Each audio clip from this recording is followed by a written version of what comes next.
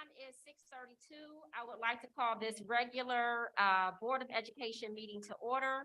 And the first item of business on our agenda this evening is the roll call of those Board of Education members who are present. Trustee Goodrich, could you please conduct the roll call? Yes, Madam President. Trustee Townsend. Present. Trustee Schindler. Here. Trustee Fields. Here. Trustee Gainesley. Here. Trustee Goodrich, I am here. Vice President Lee. Here. President Hawkins. Here. We have all Board of Education members present.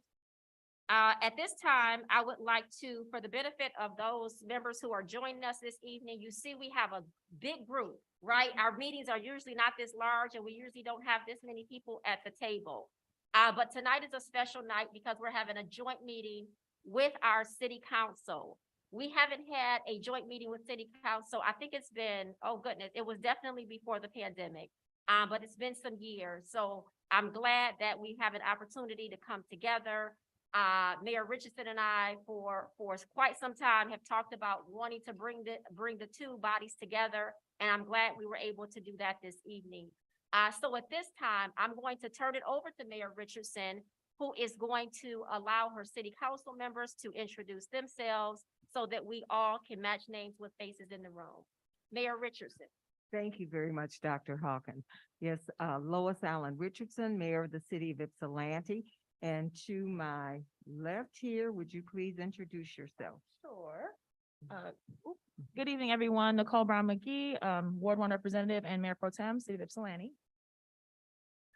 Brian Jones Chance, Ward 1 Representative, City of Ypsilanti. Evan Sweet, Ward 3 Representative for the city. Annie Somerville, Ward 3 Representative for the city. Thank you. Thank you, Dr. Hawkins.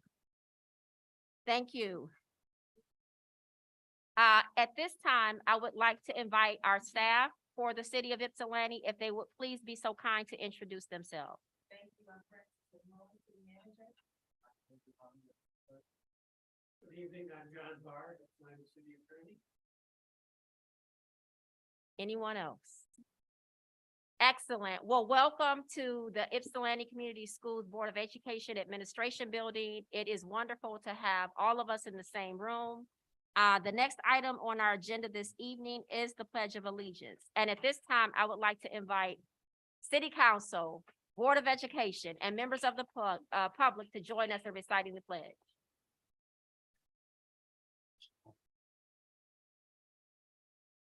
I pledge allegiance to the flag of the United States of America and to the republic for which it stands, one nation, under God, indivisible, with liberty and justice for all.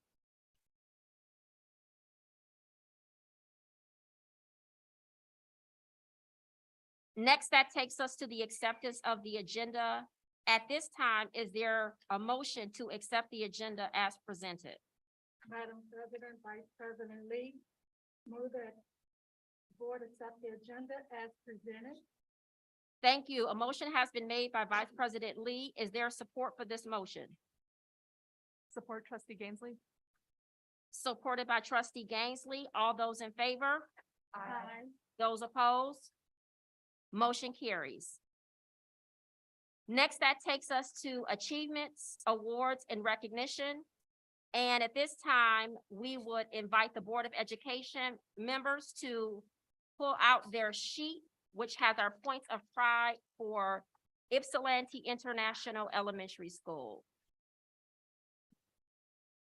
And Trustee Fields, do you mind starting us off with the first point of pride?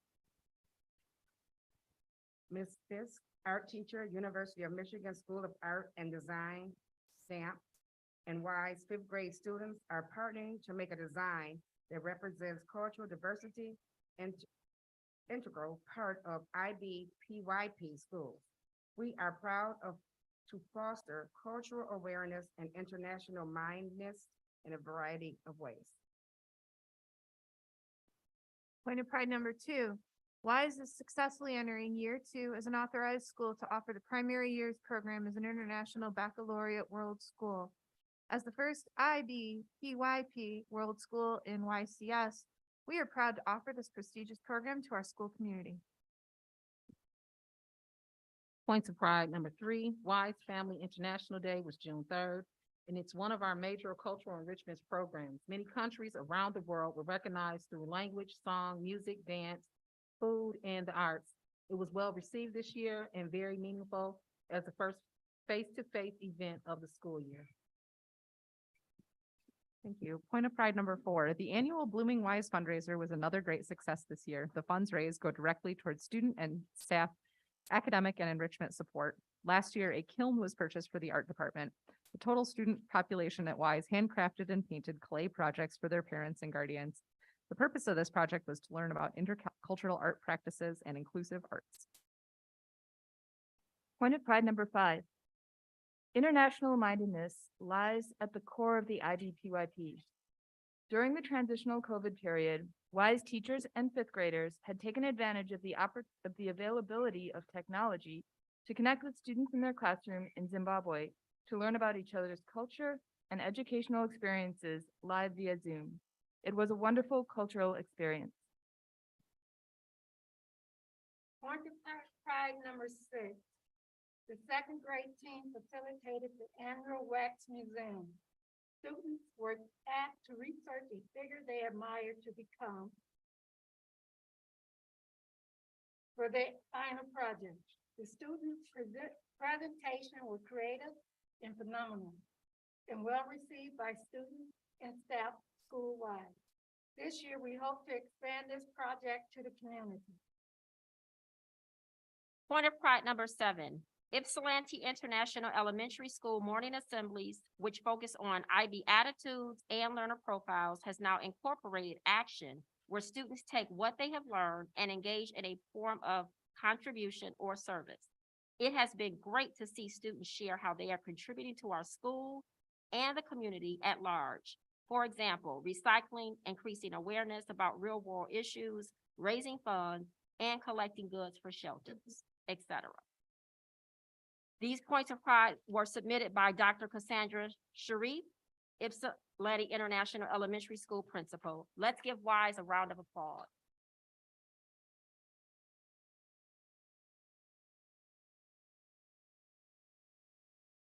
Before we move to the next agenda item, I just want to make sure we acknowledge and recognize the administrators who have joined us this evening who are here.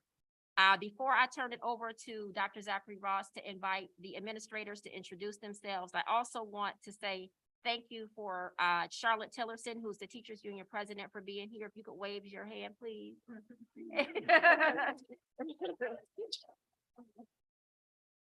And at this time, I'll turn it over to Dr. Zachary Ross.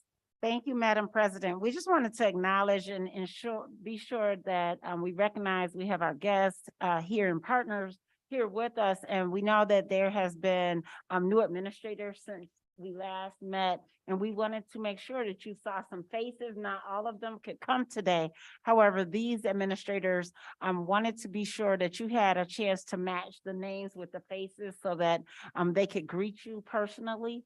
And so they took time out of their schedules tonight to be sure that they were present so that they could say hello and greet you, and that you can make sure that you could match the name. So if they come up and just say your name, what building or department you're from, so that you can be acknowledged today. Thank you for being here. Thank you. Good evening, everyone. My name is Greg Anglin, and I am the principal at Holmes Elementary. And now my high school colleague. Oh. I'm talking about. Thank you so much. Good evening, everyone. I am Dr. Chelsea Harris-Hugan. I am the new principal at the high school. Thank you. Hi, everyone. Good evening. My name is Lindsay Segrist, and I'm the principal at Perry Early Learning Center. Hi, everybody. I am the principal at Beatty Early Learning Center, and I'm also the Head Start director. Oh, yeah, that's my name, Erin Bradley. Sorry. Hello, my name is Asia Smith, and I am the Director of Dining Services for Ypsilanti Community Schools. Good evening. I'm Ruth Jordan, and I am the Director of Student Support Services and Special Education. Good evening. My name is Stacy Banks. I am the Assistive Technology Coordinator in the district in the Student Support Center, in the Student Support Services. Good evening. I'm Casey Corbin, State and Federal Programs. Hello, Janina Harris, Associate Principal at Ypsilanti Community Middle School. Good evening. I'm Charles Davis. I'm the principal of Ace High School. Good evening. I'm Kier Ingram. I'm principal of Ypsilanti's only KA distance learning program, Ypsi Connected. Thank you all for being present. We appreciate each and every one of you. Excellent. Thank you. Have a good evening. Next, that takes us to our first presentation for this evening, and these are our district updates and innovation. And I will turn it over to Dr. Elena Zachary Ross, who is going to facilitate a presentation about updates within our district and the innovations and all the great things that are happening in YCS. Thank you, Madam President. We know that the last time that we shared a meeting, I came to City Council and I gave you an overview. This one is just a little longer because it's myself and cabinet members. So I'm going to have Ms. Lynn tell me where we'll start, and I'll begin the presentation, and then we'll have the cabinet members. We're all going to join. We're going to go pretty quickly, but we want to share with you some of our updates and our innovations together. So where are we going? We're gonna go from here? Okay.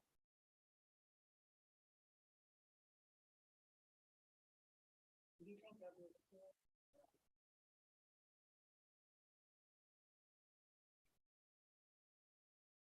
Maybe this might.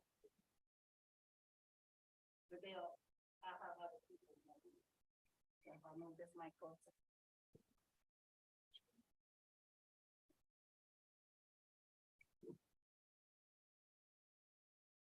As you know, we always bring our students in the room, so you've seen this picture several times. However, we always want to start with a focus and highlight our students. This one, again, was pictures taken from with our students and started by our students in a photography photo. However, we want to just, and can you do dim that first light? Thank you. From our students, but we always want to remind everyone that everything that we do, everything that we talk about starts with our students. Our mission, we talk about that. We're in the middle, this board is in the middle of tweaking some of the words. However, we highlight that the purpose of Ypsilanti Community Schools is to develop mindful and engaged students with a skill set, work ethic, and attitude to contribute to a community. So as we are the community schools that honors diversity, equity, and justice. Ypsilanti Community Schools offers many learning opportunities for our 3,780 students. And we highlight that because our student population has increased while all of the districts around us in our state, as we've seen, has decreased. We've gone up almost 100 students. Our 3,780 students accepts all children with compassion and commitment to meet each child. So we don't say all, we talk about each child wherever they are along the learning spectrum and grow together from there. We are a diverse community, and our diversity looks like 56% African-American. You'll see our 23% that are white. Thank you. We have our families that identify with 9% with 2 or more races, 9% Latina or Hispanic, 3% Asian, and then none of them say that they are Indian or Native American. on our surveys. And we know that the surveys are what the demographics say on our state and federal reports. Others are in other categories. However, these are the reports that are on our state reporting programs. We recognize, we know you know some of the names. However, we put these here so that you can kind of contextualize again. Our preschool and kindergarten programs are housed in Ford Early Learning Center, Beatty Early Learning Center, Perry Early Learning Center, Wise, and again, new is IPSI Connected Schools, which is again a K-8 online school. It's online all day long. They're online. They have to follow the schedule, and they come into the half of the ACE building for project-based learning, and they also go on field trips. Our elementary schools are Erickson, Estabrook, Holmes, and Wise. Our secondary buildings are Ypsilanti Community Middle School, and Ypsilanti Community High School, which houses AC Tech, our freshman academy, and STEM Middle College. We have ACE, our ACE program, and WIMA and Y-High. And you'll see that star there because part of what we've done is listen to our parents. You might say, why in the world, why did you start IPSI Connected? We offered a 3-tiered program offerings during the pandemic, and our parents, after the pandemic, several of them said, we still want an online option. And so we applied to the state of Michigan to have this option because those parents said, we still want to go to school online. And so that is the result of that parent feedback.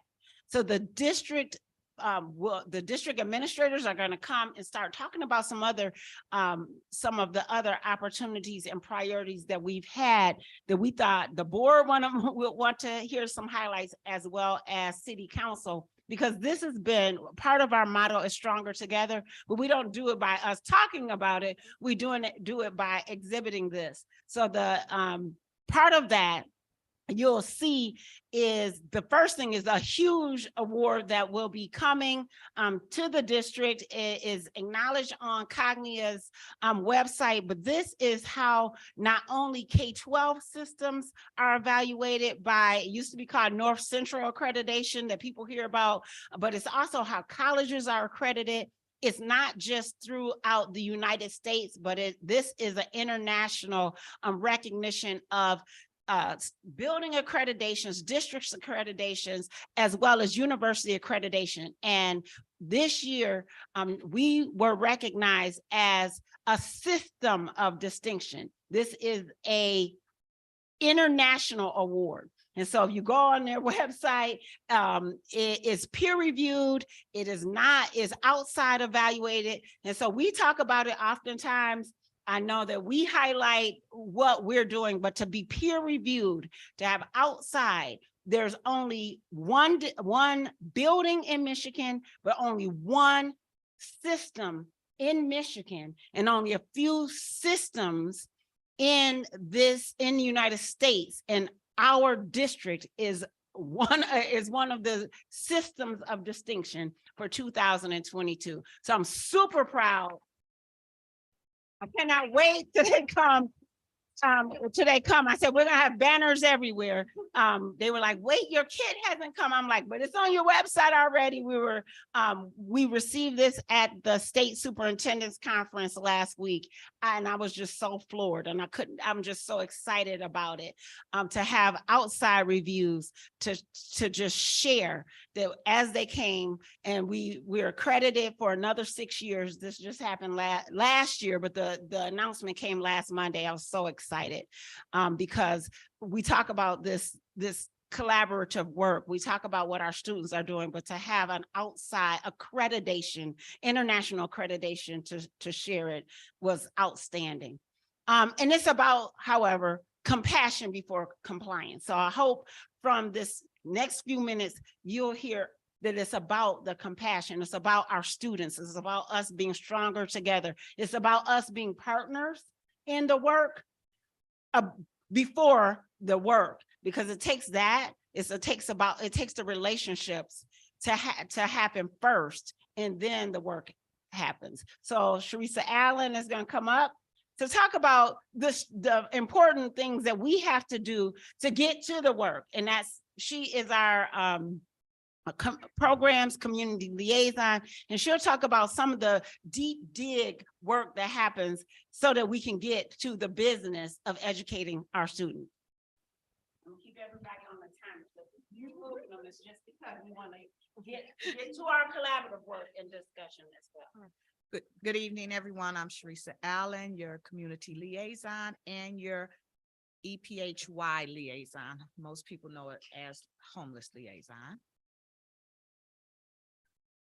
I am the director of the Resiliency Center, which is located at 1960 Holmes Road. It's the old Willow Run campus.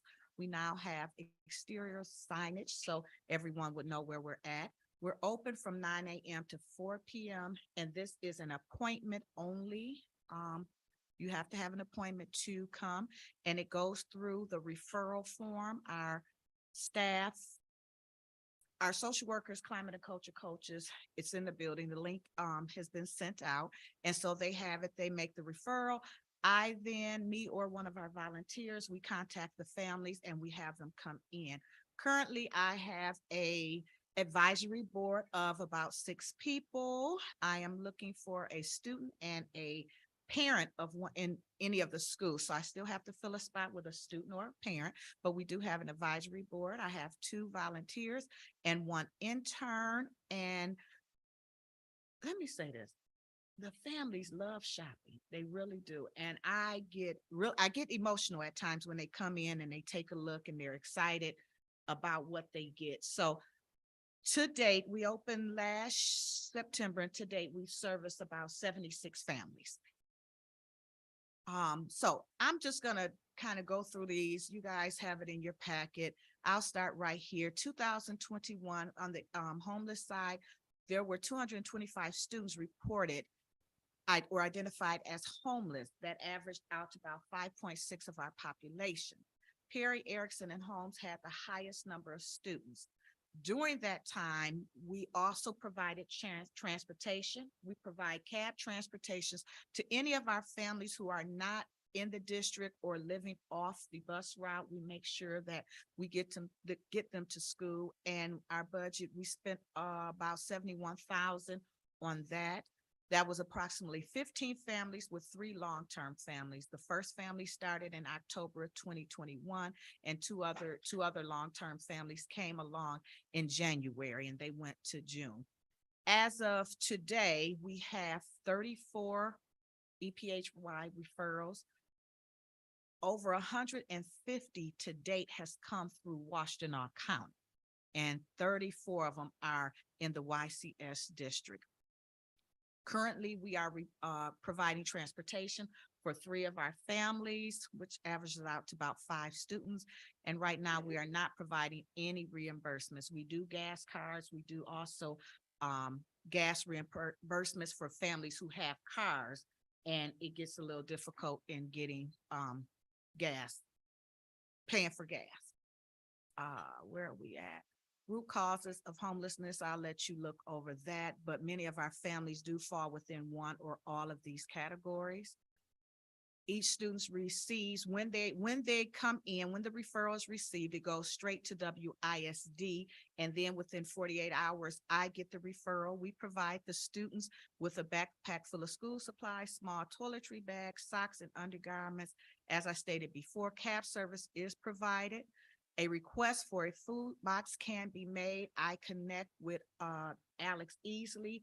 He and his church, they provide food delivery. That won't start again to October 3rd, but on the 2nd and 3rd Saturday any of the month, please note that at 235 Spencer Lane between 10:30 and 11:30, his church provides food boxes. So anybody can come and pick up a box. You don't need a referral for that. A referral can be made to Resiliency Center to shop for any needed items: clothing, shoes, undergarments, toiletry items, paper towels, and toilet paper. So that is my presentation. I am loving building out the Resiliency Center, and I'll just add, I got excited because you guys all know we have our signage inside and out, the floors are waxed. I'm gonna move everything to one hallway, and we're gonna get going with bringing in our community and computer room. All right.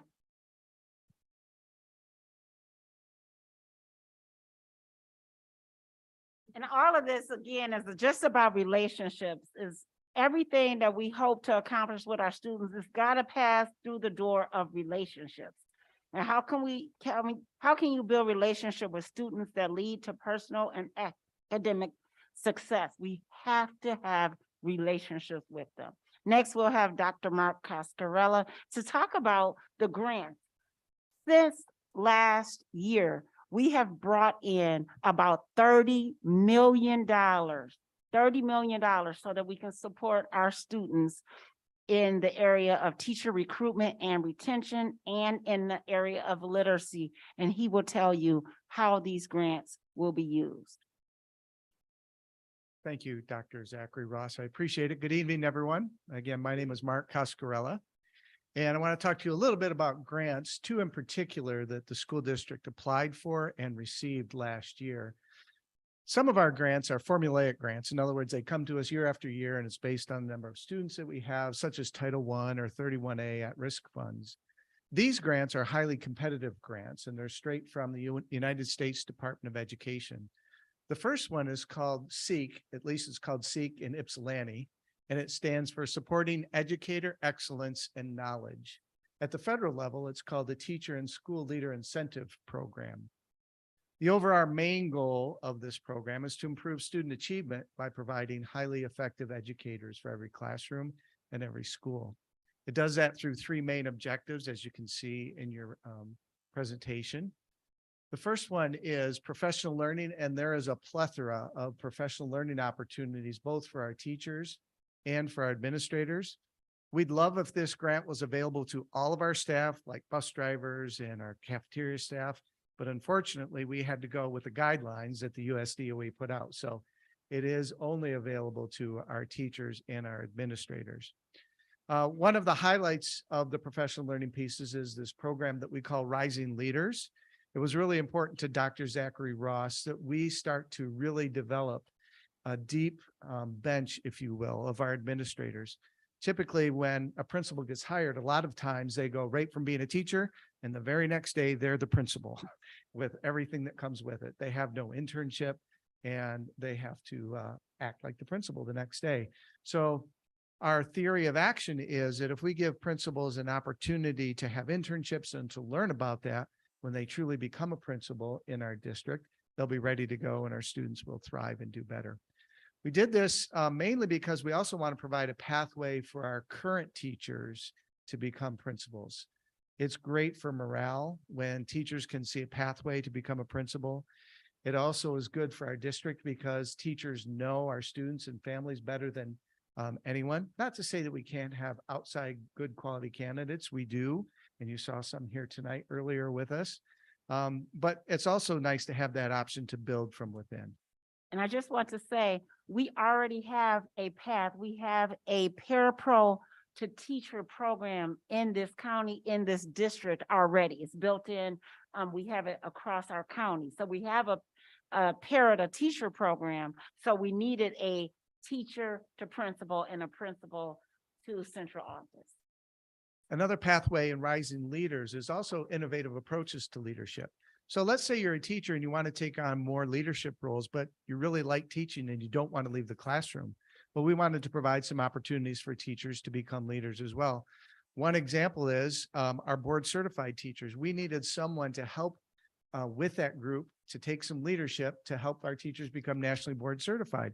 And so one of our teachers who is currently in a classroom is taking on that leadership role, getting paid a stipend for taking that on, and is having an innovative leadership role. So this grant provides lots of opportunities for leadership.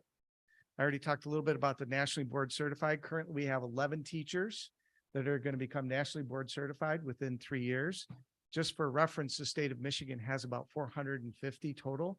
So having 11 in 1 year in Ypsilanti is a pretty big deal.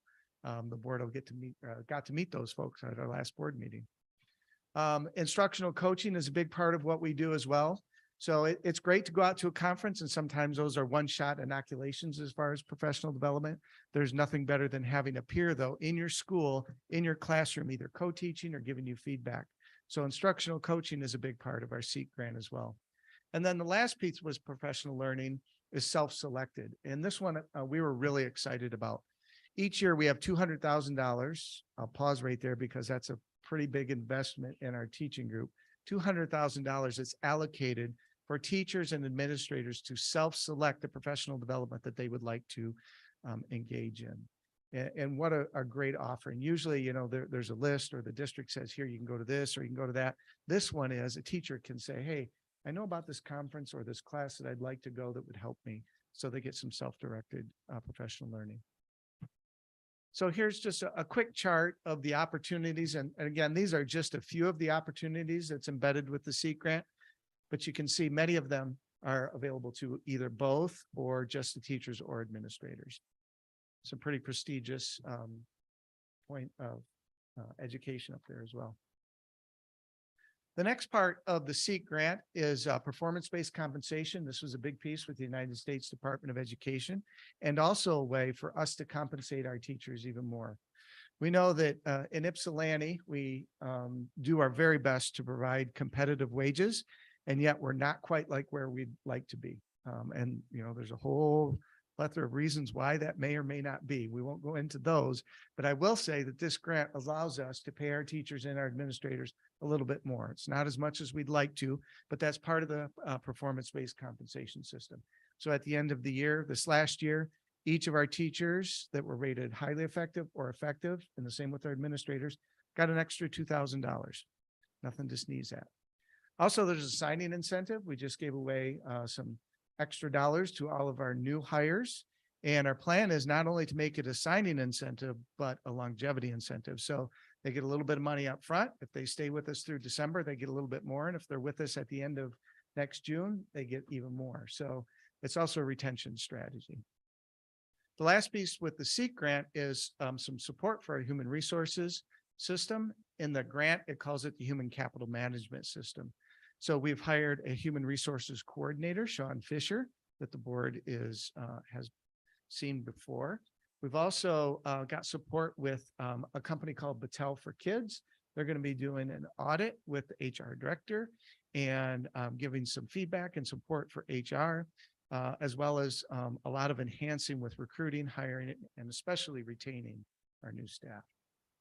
So that's the SEEK grant. This grant, I should have mentioned at the beginning, and it is on the slide. I'll back up just real quickly. It is a pretty hefty grant for Ypsilanti, $5.1 million a year for 3 years, guaranteed. And we are in year 2, just starting year 2, October 1st. And the second grant that we just want to highlight is a 5-year grant. This grant is called LEAP. It stands for Literacy Excellence, Promotes Achievement. And it is $750,000 per year. And it has a couple of main topics.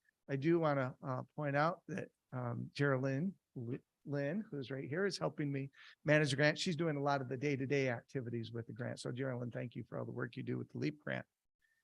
The biggie is giving distribution of books to students.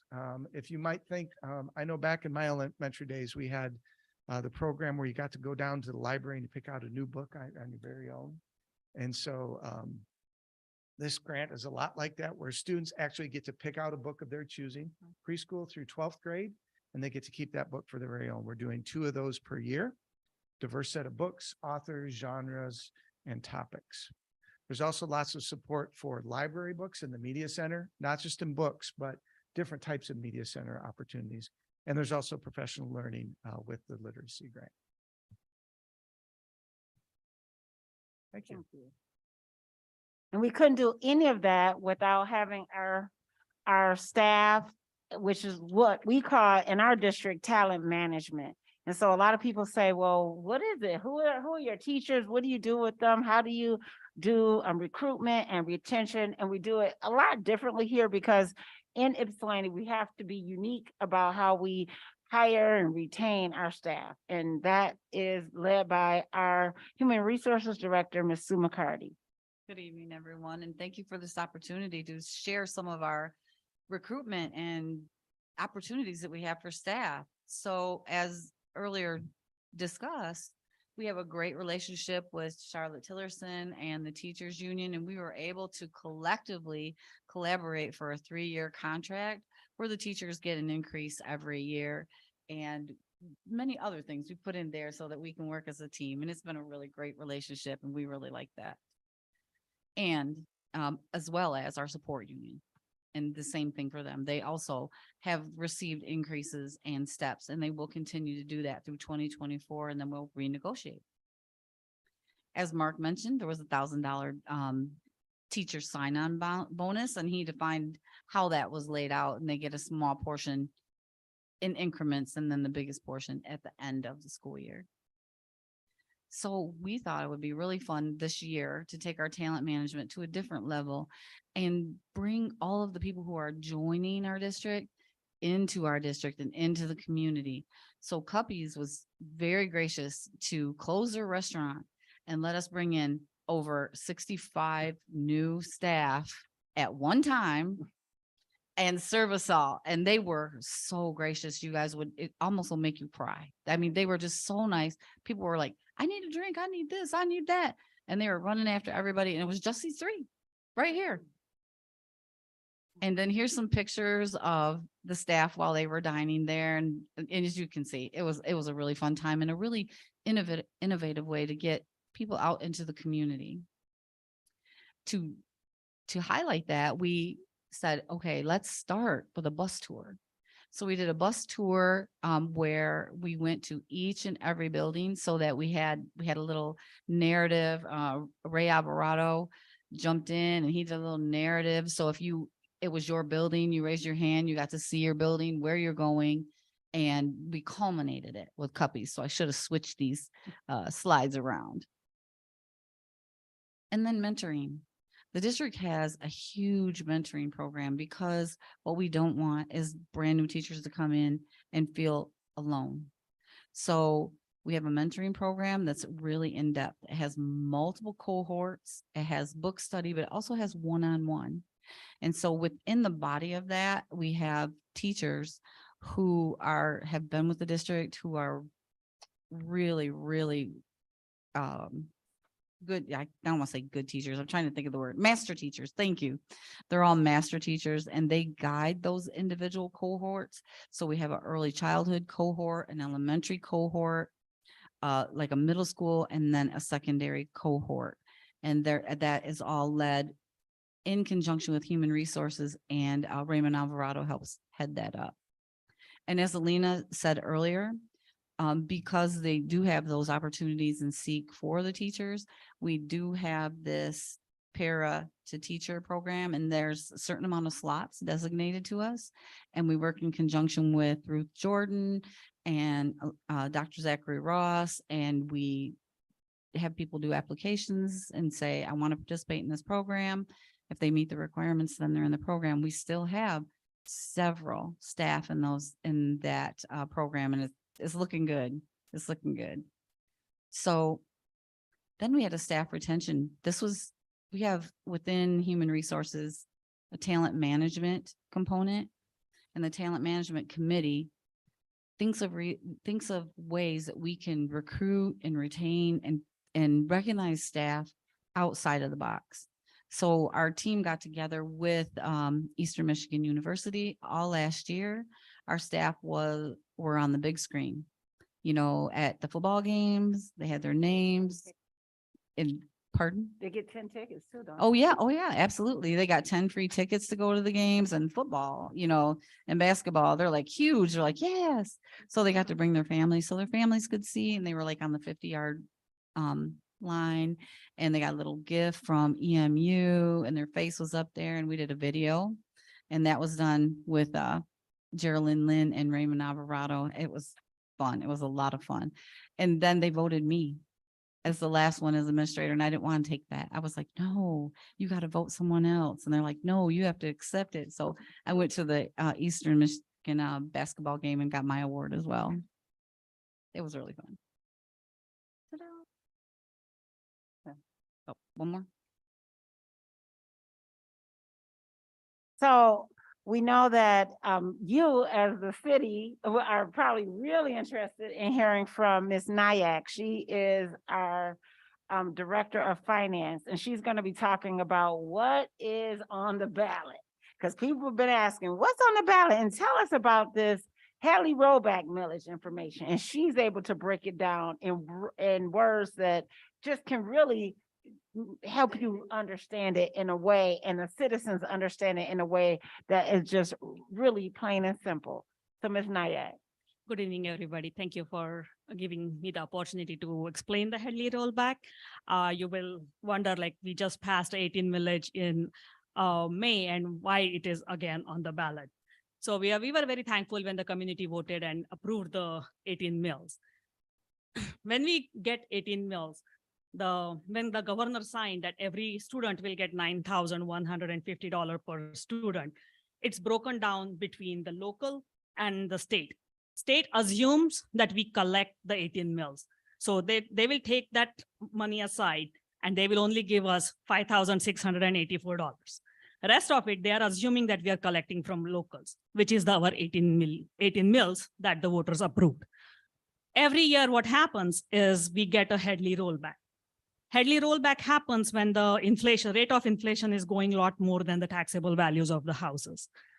So we get the Headley rollback, and the rollback reduces our millage permanently, unless the voter says that no, the school should receive 18 mills. The voters have to approve. Hence, we are putting the ballot on the ballot proposal for the upcoming election. So what happens is, if the voters approve that increase, whatever is the reduction of the Headley rollback, it is not an increase for anybody other than letting us get the 18 mills. That's all it is. It's the difference between the 18 mills and whatever the rollback that we will get from the Headley. So we are requesting a 3 mills. We don't want to go back to the voters every year saying, well, this year it's only 0.5. Nope, well, this year is 0.9. What we are asking is, we projecting what it will be for the next 10 years. What will help YCS for the next 10 years? And we are asking for those 3 mills. 3 mills is not an increase to anybody. It's just making sure that YCS receives the entire 18 mills that we are supposed to receive, that the voter has approved. The state of Michigan does not and will not replace these funds. They are assuming that we are collecting from the local. So they only give us their portion, and it is up to YCS and the voters to make sure that YCS gets this 18 mills to the YCS revenue. The operating millage revenue, it supports our school operations, school maintenance, teachers' salaries, supplies and materials, our transportation cost, or even our online schools, anything and everything that we have as operative expense for the school, these local dollars support that. Like I said, it's not a new cost to a homeowner. It's not a cost to a homeowner at all. It's not a new cost to a business owner as well. In May, the voters already approved the 18 mills. All we are asking is, we want to make sure for the next 10 years, we receive that 18 mills in an entirety, so that if there is a rollback, then there is a cushion for us to collect that 18 mills. By law, YCS can never levy more than 18 mills. That's the state law. Even if the voters approve it, doesn't matter. We can only levy 18 mills. So even if you see on the ballot language, it's 18.07, that's by calculation, but we will never go beyond 18. 18 is the max we can levy by law. We want to ask the voters to vote on the 3 mills as a cushion against the Headley rollback. That way, the YCS has a guarantee of receiving these 18 mills for the next 10 years. It puts us into a position where we can plan for our students. We can plan for our staff. We know that we are going to get this funding year after year. That is our reasoning to put that 3 mills on the ballot this year. The scanning of the ballot language didn't come out as well as I thought it would come, but it's basically asking the 3 mills on increase of 3 mills. It's not an increase in the tax. It's the 3 mills is a cushion that will provide us if there is a bigger rollback than what we are anticipating right now. This ensures that the YCS will receive the full 18 mills approved by the voters, and it's permanently reduced. Headley rollback, every year it happens, it's permanently reduces our millage. Unless the voters approve it, we can't levy more than that. And we just wanted to add that because we didn't want you to be asked questions, and you're here at the district, and we know that the ballots are coming up, and we didn't want you to be saying, well, you came to a YCS meeting, it's on the ballot, and we wanted this to be in the presentation because we know people are going to ask, and we know part of the discussion is how to support us in reducing the debt, and we did not want that to be there, and it's not in the presentation, so you have the information, and we just wanted you to leave out equipped, so in case people asked. But this is, again, now there's other data too. It's not just the financial data, but then there's the academic data. And Dr. Carlos Lopez, our assistant superintendent, is the final person in the presentation before we get to the dialogue. And he's just gonna go again quickly. You'll have the presentation, but to just share, here's some things that we're doing. Again, post-pandemic, what in the world are you guys also doing to support our students so that you'll have the resources to be able to go and look what is happening with our update? You know, throughout the pandemic, one of the biggest things that we continue to do has been to continue to innovate, because that's something that really the community wants. Not only the community wants, but we have a moral responsibility to do right by our children, etc. So in doing so, we have really ventured within the last 3 years into things such as this. This is the seal of illiteracy. The seal of illiteracy is a distinction that's given to graduates, and this seal appears in the diploma. This seal is given to any student who graduates from this district speaking 2 languages, and so that gives anyone who hires the student, or if he goes to college, that they master the language, the target language, so they speak 2 languages. So as we move forward, one of the things that our district has made a commitment to is that in this district, we teach Spanish in every grade right now from 4th to 12th, and hopefully next year we'll be teaching it from kindergarten to 12th grade, and we will probably be the first district that could probably graduate every student speaking 2 languages. So that you know how empowered that is for anybody who speaks 2 languages and how remarkable that is. So this year, within the last couple of years, the Board of Education approved our dual language Spanish immersion program, and this year the Newcomer Centers. The Spanish immersion program is at Fort Early Learning Center, and this year we open it so that we have preschool, kindergarten, and 1st grade, and we have amazing teachers, and the students are speaking in Spanish like you can't even imagine. Okay. The other piece that we opened this year, because of the large number of newcomers that have come into the area, is that we found ourselves in being very proactive. We opened 2 newcomer centers, one at Fort Early Learning Center, and the other one right here next door at the Estabrook Elementary, where we have a large, throughout the district, we have this population continues to grow. We have about over 1,000 students that are English language learners, and a lot of students who are at level 1. So in essence, these newcomer centers, like, it brings the student up to speed and then transition them right into the regular Gano mainstream. Again, the next program that's here this is very important because Ypsilanti Community Middle School got a distinction, an award by the state of Michigan, the Michigan MTSS, the multi-tier systems of support, for their program and initiative on working on behavior with students. This is really big for us in the district because it really, the turnaround that has taken place at the middle school is amazing. And to get this kind of, not everybody have gotten this distinction, but we have it at the district. So the Michigan Department of Education provides this distinction, and we're very proud that our middle school received this. As you know, we opened this year the IPSI Connected Community Schools. This school provides everything that we provide and more. It's what's called distance learning school, and so our students are online with our teachers. Our community really, we survey our community. The community wanted our teachers to teach our children. We have a lot of homeschool students in this program, as well as students from all over the IPSI who parents feel that their children are learning and thriving in this kind of a platform. And so we continue to offer this. We provide high quality program, and it's just working really beautifully. You know, I actually have fun when I go into when we do virtual classes, et cetera. But like Dr. Secretary Ross said, they do have a building, and the kids do come in for projects to be tested, also for field trips, et cetera. So it's wonderful. At the end of the year, we had the students come in, and it was just a wonderful field day, and every student came. It was like over 250 students there. It was just a wonderful day. The next is that we have in our district, or we title, our superintendent titles high dosage tutoring. These are the types of high dosage tutoring, and you can see them there, but very simple. Here are the types of interventions, so that as you are here and you're a taxpayer, you can see your dollars in action. We offer all types of intervention, tier 1, tier 2, tier 3 interventions, which are more severe, et cetera. And as you look at here, we're going to talk about a few of them, okay? So as we look here, this year we partnered with University of Michigan, and we were able to sponsor roadmaps. As you know, many of our students are the alpha generation, very techy.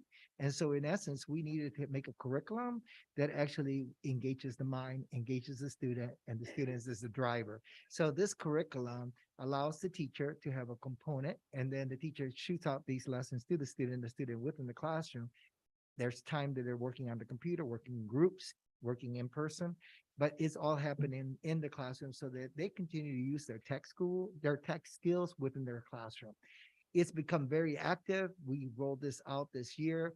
Whenever you see that apple, that means that the only one who sees that is the teacher. The teacher has full control of this, but the lessons, normally our curriculum, it's a textbook oriented. This is not. The students have all the Google documents that they could highlight, cut, paste, do, design, write, do everything online, and they could work in groups, they could work, and it's just a very powerful thing to put the student in the driver's seat, and we finding a lot of success with this. The next one is we've been working with Goldie Mohammed. This is a young lady, she's written the book Cultivating Genius, and Goldie has been very transformational in helping us. And this summer, our teachers, K-5, we took every curriculum, we rep every unit, and now we incorporated the 5 pursuits into each of our curriculum, so that in essence, we're meeting the needs of all learners. This is the Michigan Educational Core. Dr. Secretary Ross had this in her other districts, and we were very fortunate to get it here. And this has worked really well. This is a tier 3 intervention for those students who are very severe, but in a year of the students being in this program, we've seen a year and a half to almost 2 years of growth in a student. They work student by one-on-one, and it's that kind of thing. But it is powerful. The other one that this was driven by our teachers. We have amazing teachers in this district, and I'll die saying that they are amazing. Orthan Gillingham Phonics First program was really, the teachers brought this up and say, hey, we want to do this. So they got trained, they did everything they needed to do, we sponsor it, and it is like a whirlpool, just wonderful. And it's just working really well. It's really focusing on phonics. There's only one school that does not use that program, and Perry uses a similar program called Foundations, and they get the same amount of training, everything they want, but we don't have to, force everybody to do the same. Okay. The next thing that I wanted to highlight, and I finalize with this, as we think about our learner, we can't think about that they're broken. So in this district, we take the approach that learning justice as opposed to learning loss. And so we're not going to blame children. We saw during pandemic how resilient our students, our staff, our families, and our leaders have been. And so we want to, in that spirit of equity, we want to make sure that we focus on these things, and we're going to continue to focus on the funds of knowledge, what children, the genius that every child brings every single day, ladies and gentlemen, to our classrooms. We're going to create that sense of belonging where I see you, I hear you, I value you, respect you, and most of all, I love you enough that I care enough that learning here is going to happen. the whole thing about ensuring, food security and all these other things that our families need, as you know, the whole focus on restorative practices, our whole focus on growth mindset, and also just the whole perspective of communication. So we go through systems in here, and it's blessed us. And at the end, I'm just like Dr. Zachary Ross, I'm so proud of the distinction award that we've just got from Cognia. This is huge.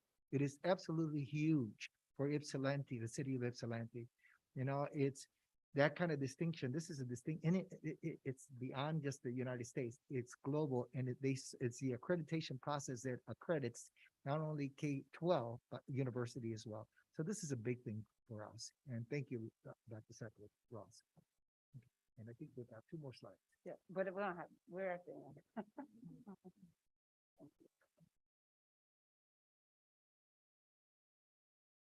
Thank you, Dr. Zachary Ross, for these updates. I just want to kind of go really quickly and kind of just highlight everything that was shared today. I want to thank Ms. Sharisa Allen for talking about the Resiliency Center, the Education Project for Homeless Youth, and just really celebrating and talking about how we engage the whole child. Dr. Coscarella for speaking about the 30 million, I'll say that again, $30 million in grants that this district has received through the Seek and Leap grant. Ms. Sue McCarty, who talked about the mentoring and retention, that is vital.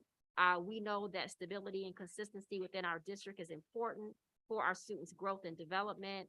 Ms. Nyack talked about, importantly, the 3 meals. The finances are that's one other element that is critical to make sure that the district can continue to provide the education and services and support that our kids need. And we know that levying those 18 meals will continue to stabilize our district finances.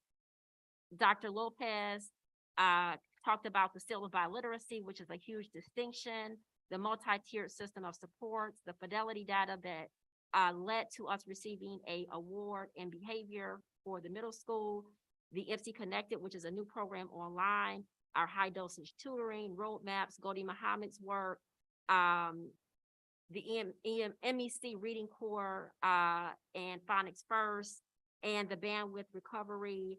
Again, all of this kind of coming back to just this idea of making sure we're focusing on the whole child. And I think it's important to just point out that Cognia recognized through this district all of the work that we are doing. Often we're in the day-to-day grind of the work, and we don't pause and take a moment to just say, whoo, we've done a lot, right? In this district, we've done a lot. And so I just would implore everybody here today to take what you heard, take what you've learned about this district and share it with others. And I'll just end by saying that our superintendent was also nominated by this board for the Superintendent of the Year, and you can see why. And let's give everybody a round of applause.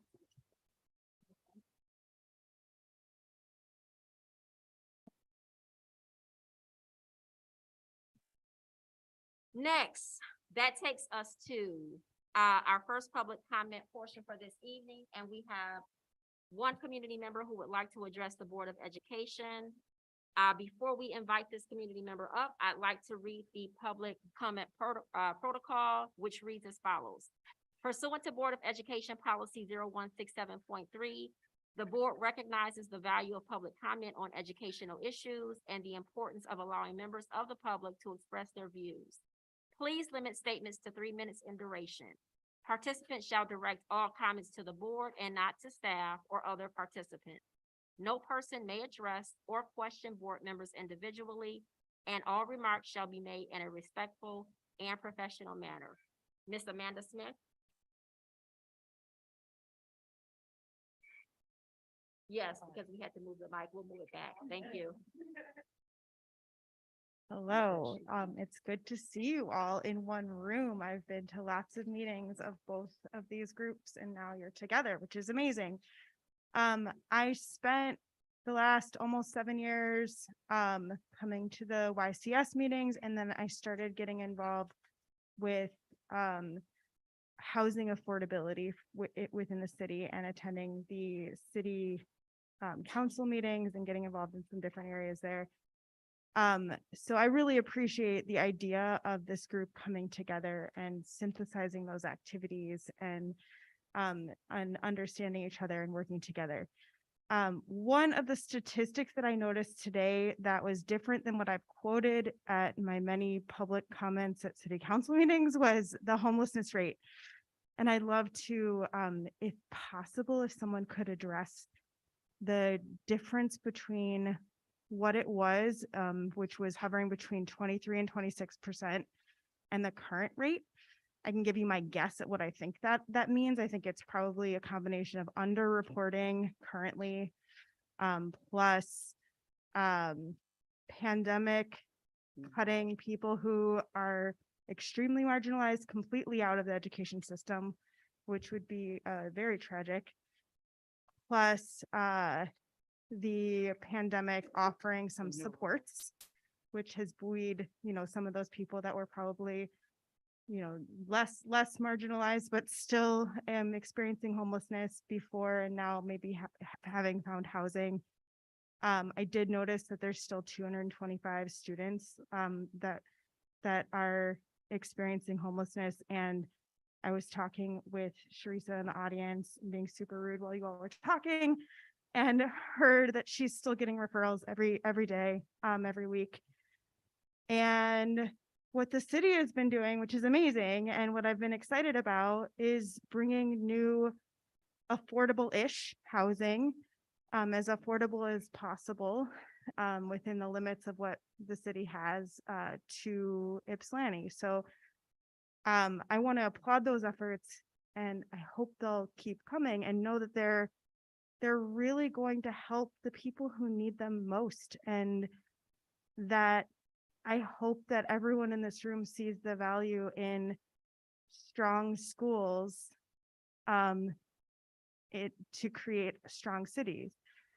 And that to do that, we need to make sure people have baseline what they need to even show up to get educated, which a roof over your head is pretty important. So that's all I have. Thank you. Thank you, Ms. Smith. Next, that takes us to our consent agenda, and at this time, is there a motion?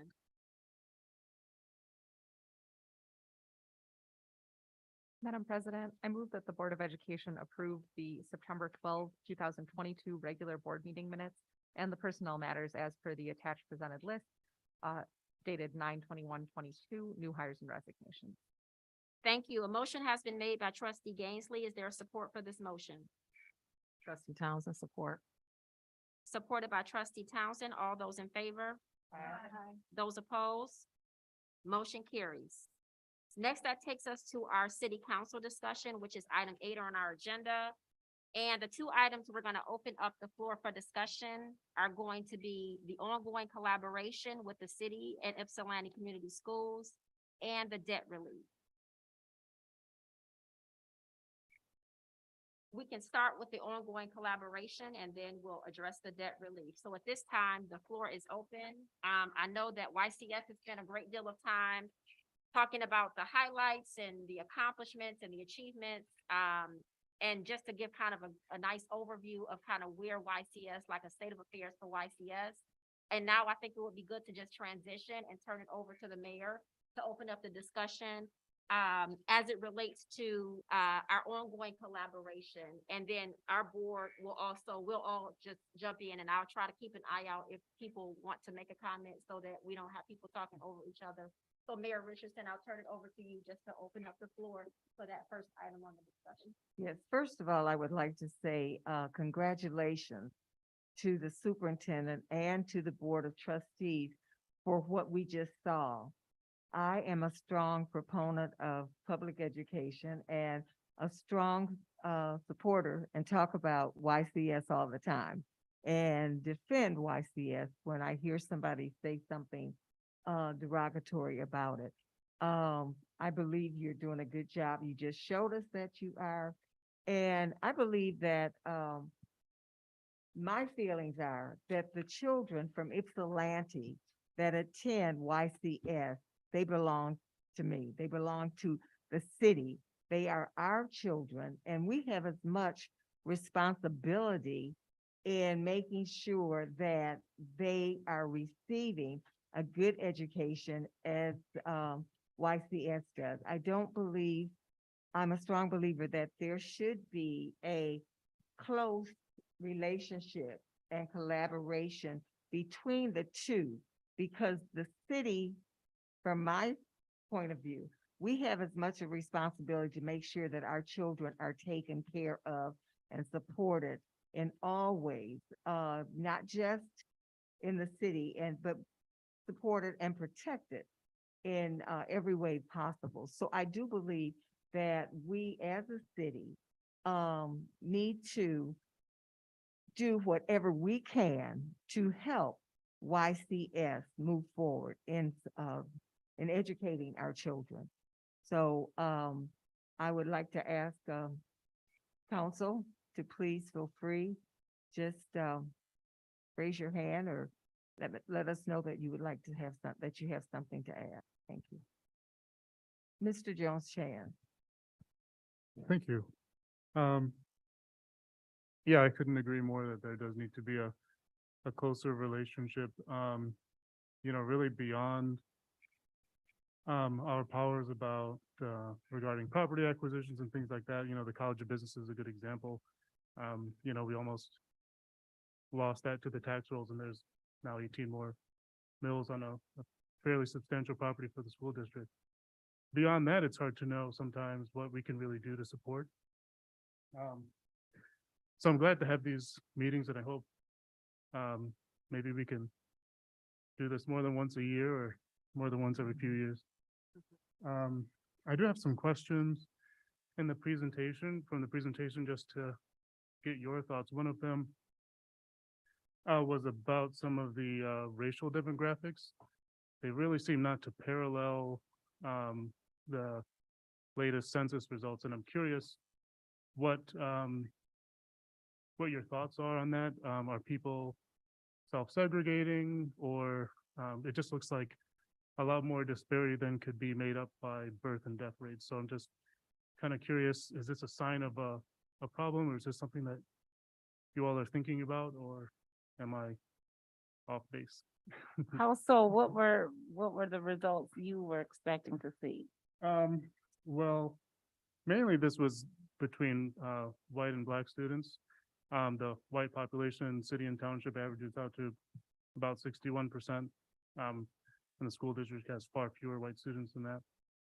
Black students average about 29.4%, and far more than that in the district. Township, or those who would City and attend, in the Yeah, YCS, because since YCS would be, because the township, they might go to Lincoln. So that's what I'm wondering, within our school. Yeah, I assumed a relatively equal distribution between city and township, but even if It wouldn't be equal according to where they would attend school, because most of the township would attend in a different district. Sure. So we only have a very small percentage. Yeah. And we have our strong numbers, and that's where Dr. Lopez was talking about. Our EL numbers have risen substantially. So we're seeing those numbers increase. So that's what we're seeing, the numbers increase in the demographic. And it is self-select. So we had, when the merger happened in 2013, about a third of the population did not attend YCS.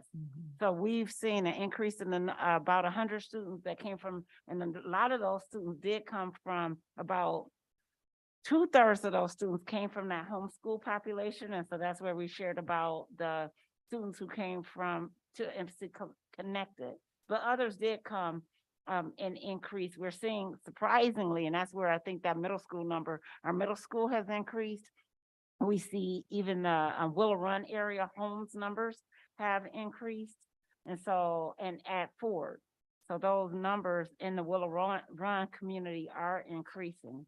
But the demographics from where since I've been here, since 2018 have been pretty steady, except for our EL demographics have really, we've had to add teachers in that area quite a bit. So the demographics in terms of ethnicity has not changed very much except for the refugee population.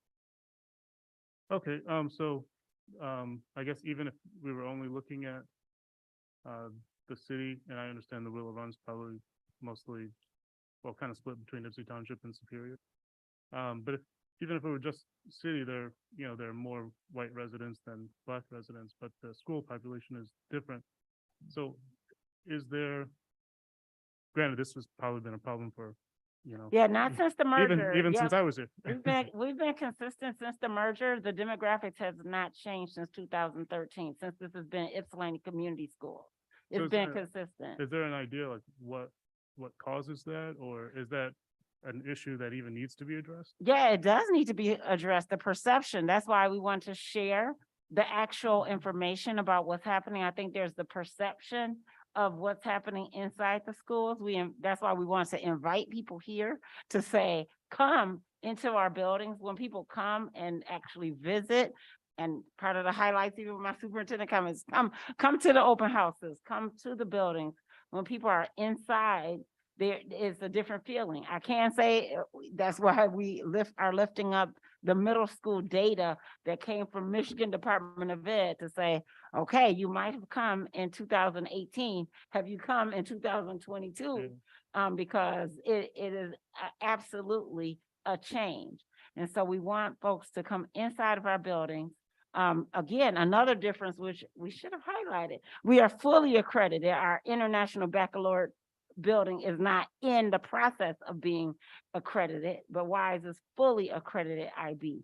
And so those are some things that people caution and have pause about, that we're saying, please don't have pause, please come, and instead of questioning, because there is more affordable housing here. There are classrooms that remain small. There are those things that we can certainly say your child will be individually known. Your child will have high dosage tutoring options. Your child does have after school. We have our students, if they come here to after school and they participate in our programs that are led by Eastern Michigan University after school programs, those persons are trained by Eastern Michigan faculty. Like, there are certain specific things we can give you of the difference if you come to Ypsilanti Community School. Yeah.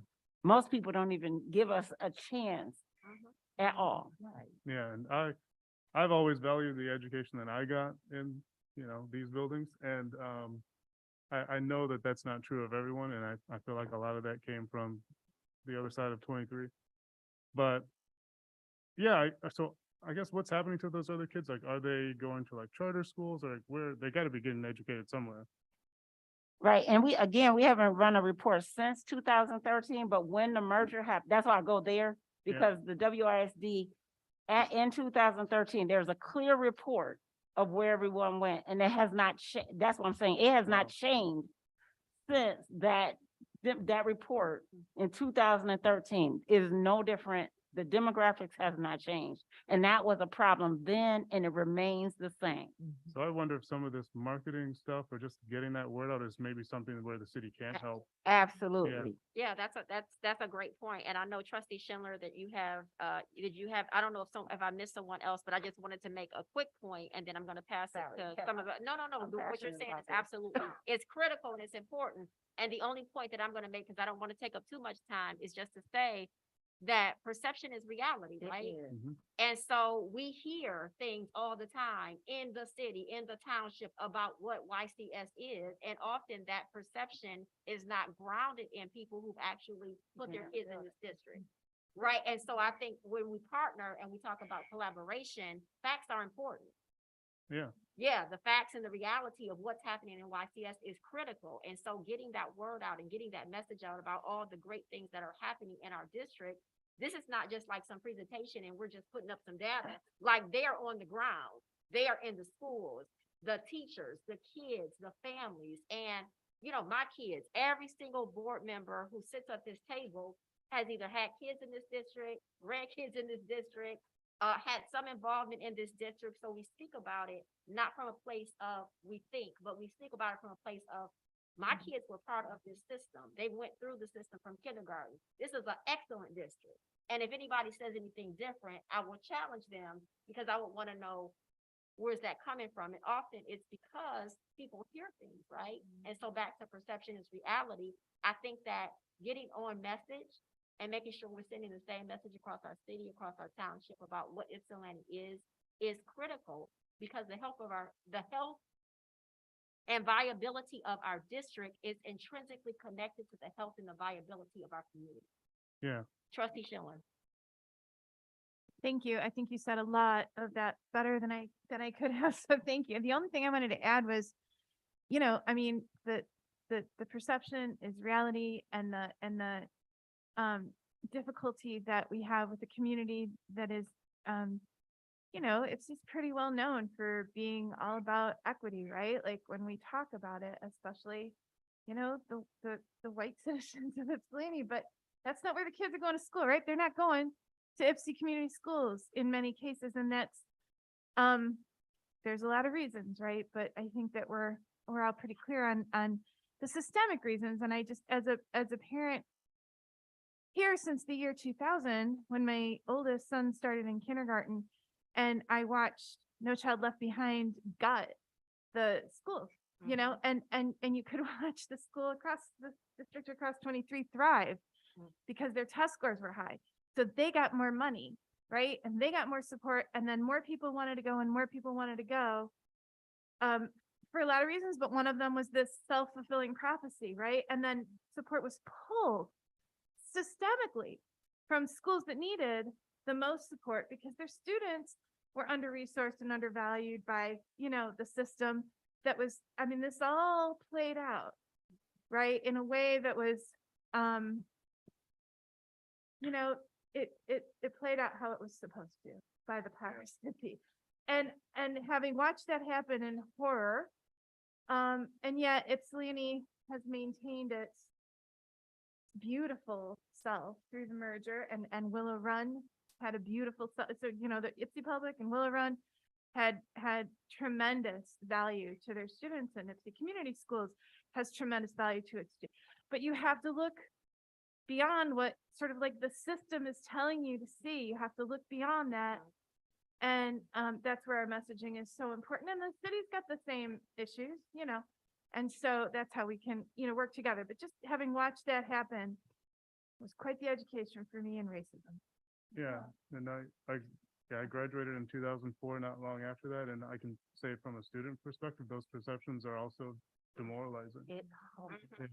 So if there's a way for us to really, because we talk about community a lot, we do a lot of city events and things, but if we could really just bring in the district and talk about both as one, I think we could do a lot of better branding on that. Yeah. Absolutely. Trustee Townsend. Thank you, Madam President. I think the greatest way that the city can support the district is what needs to be understood is that, just as Trustee Schindler said, Ypsilanti Community School has a lot of value, and areas around us understand that value. Okay, very much so. And I think our community needs to have, it would be great to have these type of presentations at every board meeting, but we probably wouldn't want to be here. But I think it's the messaging as far as continuing to get it out there, continue to have people come to the district to see what we're doing. But I graduated in 1992. I'm about to have my class reunion next week. And when we look at these demographics, it was kind of reversed when I was here as a student. So you had predominantly more white students than Black. But regardless of that, what was very important is that we were a complete unit together. Like, we sometimes say we don't see color, but reality of it is we were a family and we're still a family. And when we're talking about Ypsilanti Community Schools, it needs to be really said during the pandemic that Ypsilanti School was the only district that really set the tone regarding how to service our children and our families. We were the first to give out, and probably the only district to do the EBT cards. And that was given to all families despite their economic status. We made sure we were one of the first to make sure that all our students had laptops. tablets, whatever we want to call them. We had all of that and made sure that, I know plenty of us on the board was delivering food. We gave out food for over a year, where we had our school buses bring them to the actual neighborhoods and deliver food. They sat right across the street from my house. So again, other districts understand the power that this district has. And we have set the tone and we have led Washtenaw County in making sure that people understood the importance of why keeping students safe, but also understanding what the whole child really means and making sure that we service that child and that family. Because again, just like we have the Resiliency Center was created, you cannot be a productive student if you don't have a place to live. Right. You cannot be a productive student if you have food insecurities. And so the district as a whole, and that's a credit to everybody that works for the district, led by our great superintendent, we recognize that. And many districts, and I will not say names, know that. Okay, so again, we need the community and our leaders within the community to boast about what we're doing and help us tell our story. Because that's the only way that, you know, people are really gonna say, okay, maybe I need to have my kids go here, or this be the choice, not the last choice. Thank you. Yes, trustee Gainslew. Thank you. I so appreciate this discussion and I appreciate all of you being here. And I think it's such an important question. Councilmember Chance, like, thank you for, you know, what can we do to support you? And so, I think certainly like your advocacy and your presence and your knowledge about what's going on in the district is wildly important. But I'm not gonna let a chance for some policy advocacy pass me by. So, I think there are a couple things that the council can do to help the district, and I think also places that the district can be more active in helping the city. And I think that is really about making sure that Ypsilanti is a place that children can thrive. And really making sure that we're building a city that is welcoming to children. And when the magic of that is that when you build a city that's welcoming and positive and a good space for children, that has the result of making a space that's great and positive for everybody. And so, you know, and I can give you plenty of research behind that. So I think that really, if we can ask ourselves, and also, you know, as we as school board members can help be advocates for what it means to make a kid-friendly city. And there are sort of three things that come to mind under that. The first one's already been brought up, which is affordable housing. You know, we can't have a place that is friendly for kids unless it's a place that families can afford to live. And we had a really incredible presentation a few weeks ago from our English language learners programs, who made a really impassioned plea and told an incredible story about good.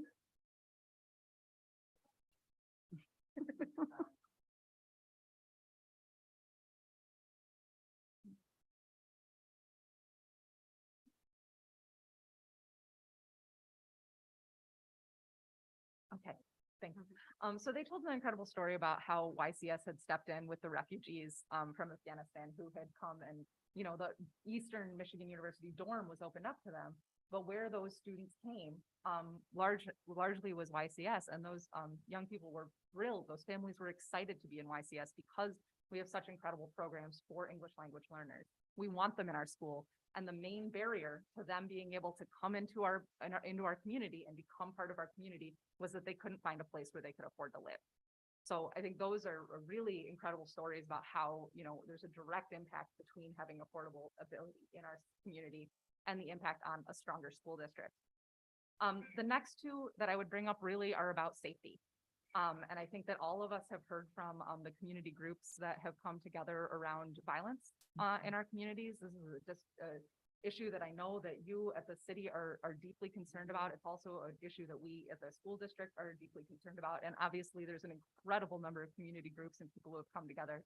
And so I'd love to think about how we can really work together on those things and make sure that we're, you know, that our efforts are complementary and pushing in the same direction. And I know there's been some great work that's already been done to lay out what those next steps are. The third thing is a little bit of a personal issue for me. And that is really about safe streets. And I'm talking about, traffic. I'm talking about, cars going 50 miles an hour through our residential neighborhoods, places that have sidewalk gaps, and communities, places where a student can't safely walk to the park or cross the street or walk to school and, or get to the bus stop.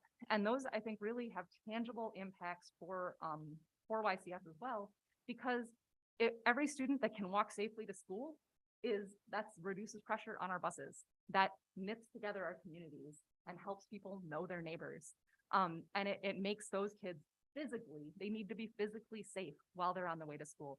So I think the more we can do to make sure that we're slowing traffic on our streets, that we're making them walkable, and that we're making them friendly to students who may be biking or walking to school is a really critical place that we can go. So that was a lot, but I really am, just would love to work with all of you on this, and I hope that all of you consider us to be, advocates and supporters when it comes to, some of those priorities for our kids. Mayor Pro Tem. So again, thank you for the presentation. There were so many things that I was scribbling down and I realized they're bulleted on here, but I still took my own notes. And Trustee Townsend and Gainsley, you all started moving in the direction that I'm kind of thinking, and anybody who knows me knows I'm gonna go here because I'm a social worker. So I heard a lot about, we're talking about safety and housing and meeting the needs of our young people and making this a child-friendly city, which means you bring families, we bring everyone in. And I know the Resiliency Center led by Ms. Allen is doing a really great job around providing like basic need items and, support for the unhoused population. So my question really is, because I don't think I heard it in the presentation, but I could have, because again, it was a lot of information around what like increases, decreases did you see in needs for behavioral health services from your students? What new projects or things did you all have to put in place during the pandemic, if you did at all, or if you're planning to? And how do we support you in that as we are working together on, again, safety, trauma response? A lot of the violence that we see in the community is directly connected to trauma. And so what are you all doing so that we can talk about it, but also maybe support and collaborate as we agree that we need to be meeting together more and working together more to really strengthen our connection and getting out what's happening in the school district to bring, youth and families here. It's just truly amazing that our social workers and our buildings have been they really have been stretched to the maximum. We have, before the pandemic, we've been really fortunate that every single building not only again, our district is very fortunate, unlike others. When we're fully staffed, let's put it there, we have a 31A social worker and a special ed social worker in every building. So so we're very fortunate. Our nurses have been stretched as well. So we have a 31A social worker, the special ed social worker, and the nurse. We also have our parent liaisons. So the parent liaisons have been a huge help. They're the ones who've been really pretty busy in this last few weeks, really getting to the families and doing some outreach with our Sure Moms and with the support with families, because we've been seeing there's a lot in the buildings, but it's truly a lot of family needs. So we've been working and doing a lot of work with our threat assessments.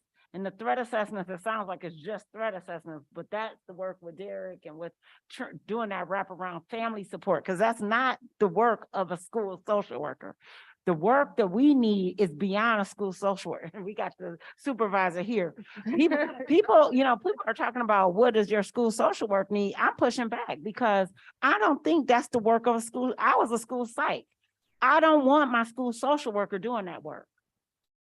That's not the work that they train to do. This family work needs to be done with family social workers. It's the clinical work I did as an LLP.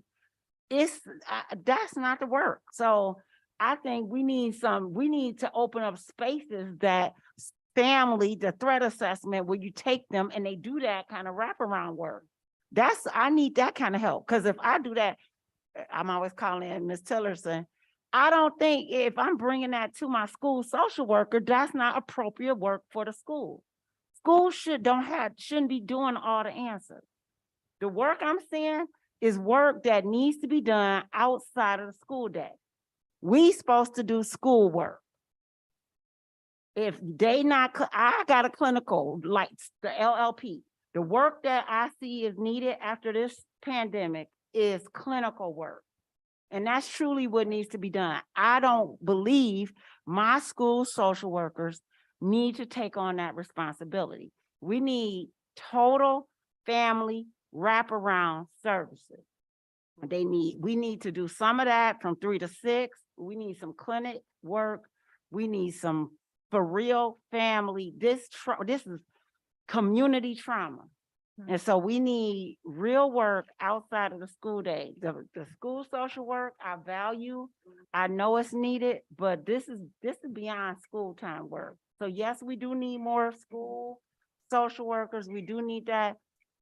We do need more folks, but this is real. Like this, like this trauma. And I guess. And I guess my question was leading to that, like, are there any partnerships with CMH or anything? Are they coming in to support you all? What's happening? We have that program at Erickson. We have we're lucky to have some sites. We are very fortunate that this county has the community mental health millage. It's just, there's still not enough folks. Yeah. And so we do the referrals. We're fortunate. Anthony Williamson has the mentoring program with our youth at the middle school. We're fortunate that we've got our men working with Jamal. He comes out. We're very fortunate that the offenders, Supreme felon. Look, we call them all. Like we got them on Rolodex. We call them. We're not afraid to ask, and they support us. Brian Foley, look, let me go down the list. Like they do. We call, and they are wonderful, but they're not the social work support. Right. Florence, because I want to give credit. Leah Mills, Stacy. I got them all. They're wonderful. I see you back there. Hello, you over there too. All of them. But we need for real support for our families. And so we've talked about with 31 AA money, really having a facility, bringing our money together, but that's long term. And it's going to take some time, but we need something immediately to quell the need. Because the families are suffering. We had a situation, and I know I got time, but let me tell you what happened last week. This is serious. I mean, I get passionate. But last week, we had a family of 4, and it's a middle school family and 3 other kids. Mother was arrested.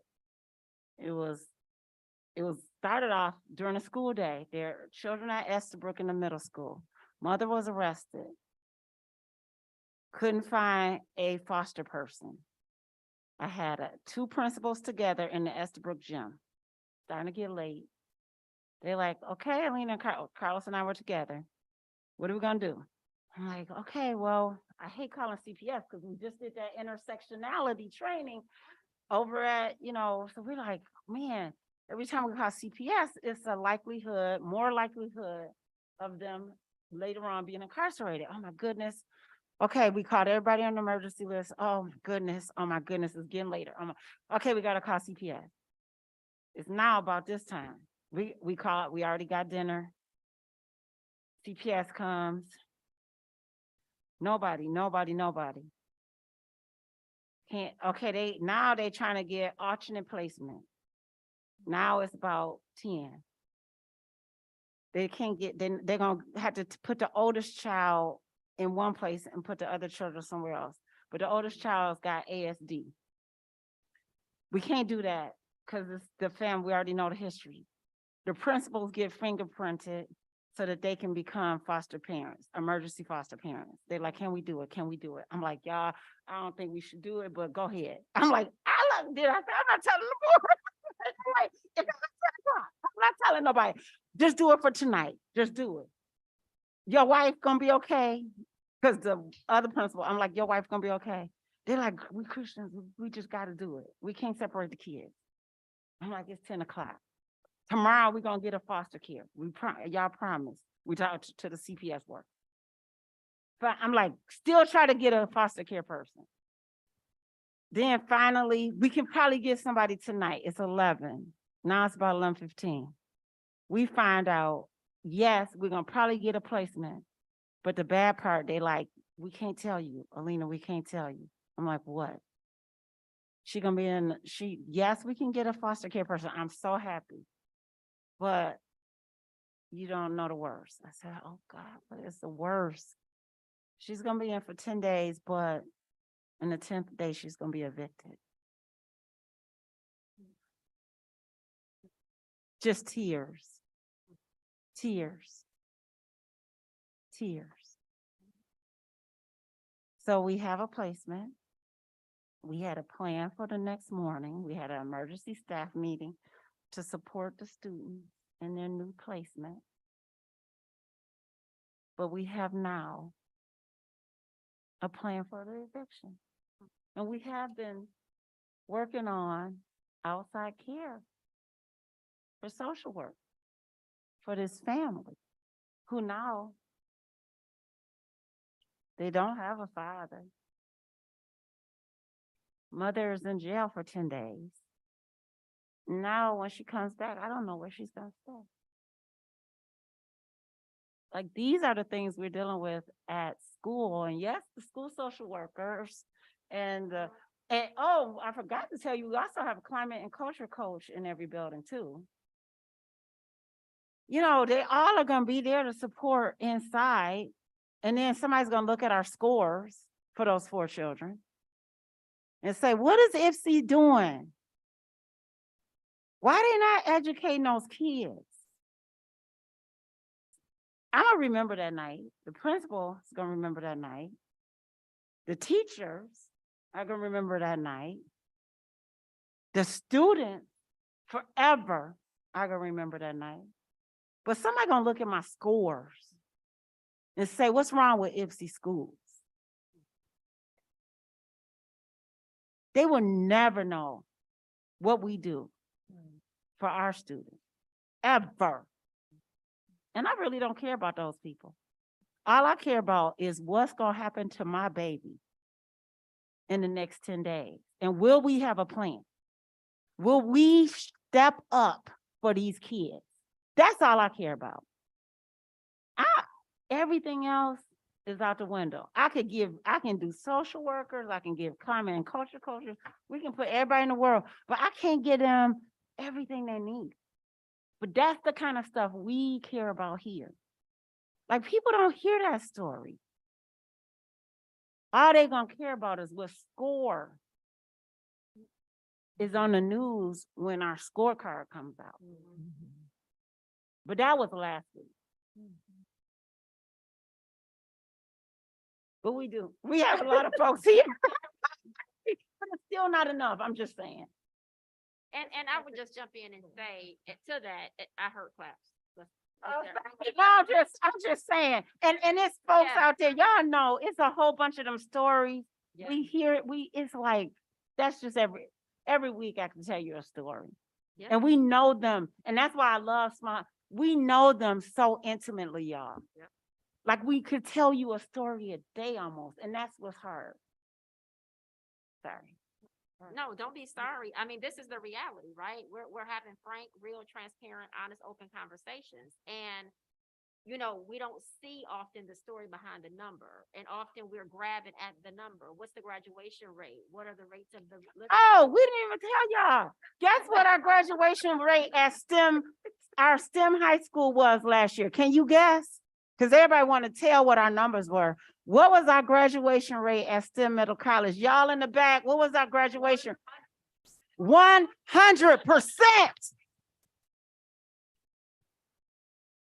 The graduation rate at IFC Community High School was 85.5%, but nobody want to talk about that. Nobody. They want to talk about our kids. In spite of. All right, sorry. No. So No, as a it's city- important and it's necessary. Say that again. I heard somebody say something. Oh, no, okay. I thought I heard somebody say, oh, Y'all, I okay. get- I don't know, like, okay, go ahead, trustee Fields. So I know they were talking about, and you, but we keep talking about it, and we've been talking about it for a while, and I know I've been talking about it, and it's the perfect example of what you were talking about with this family, that goes back to childhood trauma. And I think that we should put a resolution in for childhood trauma, because that causes a whole lot of effects. That's exactly what that's gonna be for that child, for that family, for those kids that are affected by that. And as a city, I think we should put together some sort of resolution that's called that as a state of emergency as childhood trauma that has been adopted in other states as such as Ohio. At a couple of different counties within Ohio, they went to their cities and their states and got those resolutions put in place to know how to affect and how to work with those families or students that are being affected by childhood trauma, because that's the start of everything that happens with them and what their life is going to be like, from things, just exactly what you just said. That's going to be a childhood trauma for that family, for those kids that are affected by that. You know, so as a city, if you wanted to say what we can do, we could put together something like that and recognize that, you know, as some sort of resolution or some sort of state of emergency for childhood trauma that's going to affect all the kids within, you know, our school system. Go ahead, trustee Townsend. Thank you, trustee Fields. I think everything that's being said here is great, and I'm glad that, Mayor Pro Tem asked the question.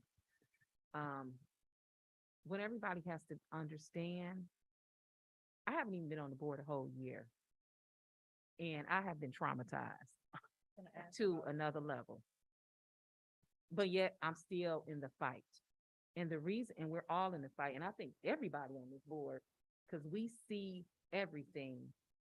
And people assume that we just come here twice a month, but the reality of it is we have to attend probably 5 to 6 meetings before we even get to a table to have a conversation, to make these decisions for the district. But in this year, not even a year, 11 months, I have gone to 6 funerals for our children. Whether it was natural causes, whether it was violence, whatever the reason, 6 funerals in a year is a lot. What we need, and just to be real transparent, we need a dog in the fight. We have some serious issues in Washtenaw County, and it is time that we stop playing games and really get in here and do some intentional work. And if we really want to see this district move forward, we have to make some radical decisions for the families in this community. She already mentioned it, housing, the issue on violence, mental health.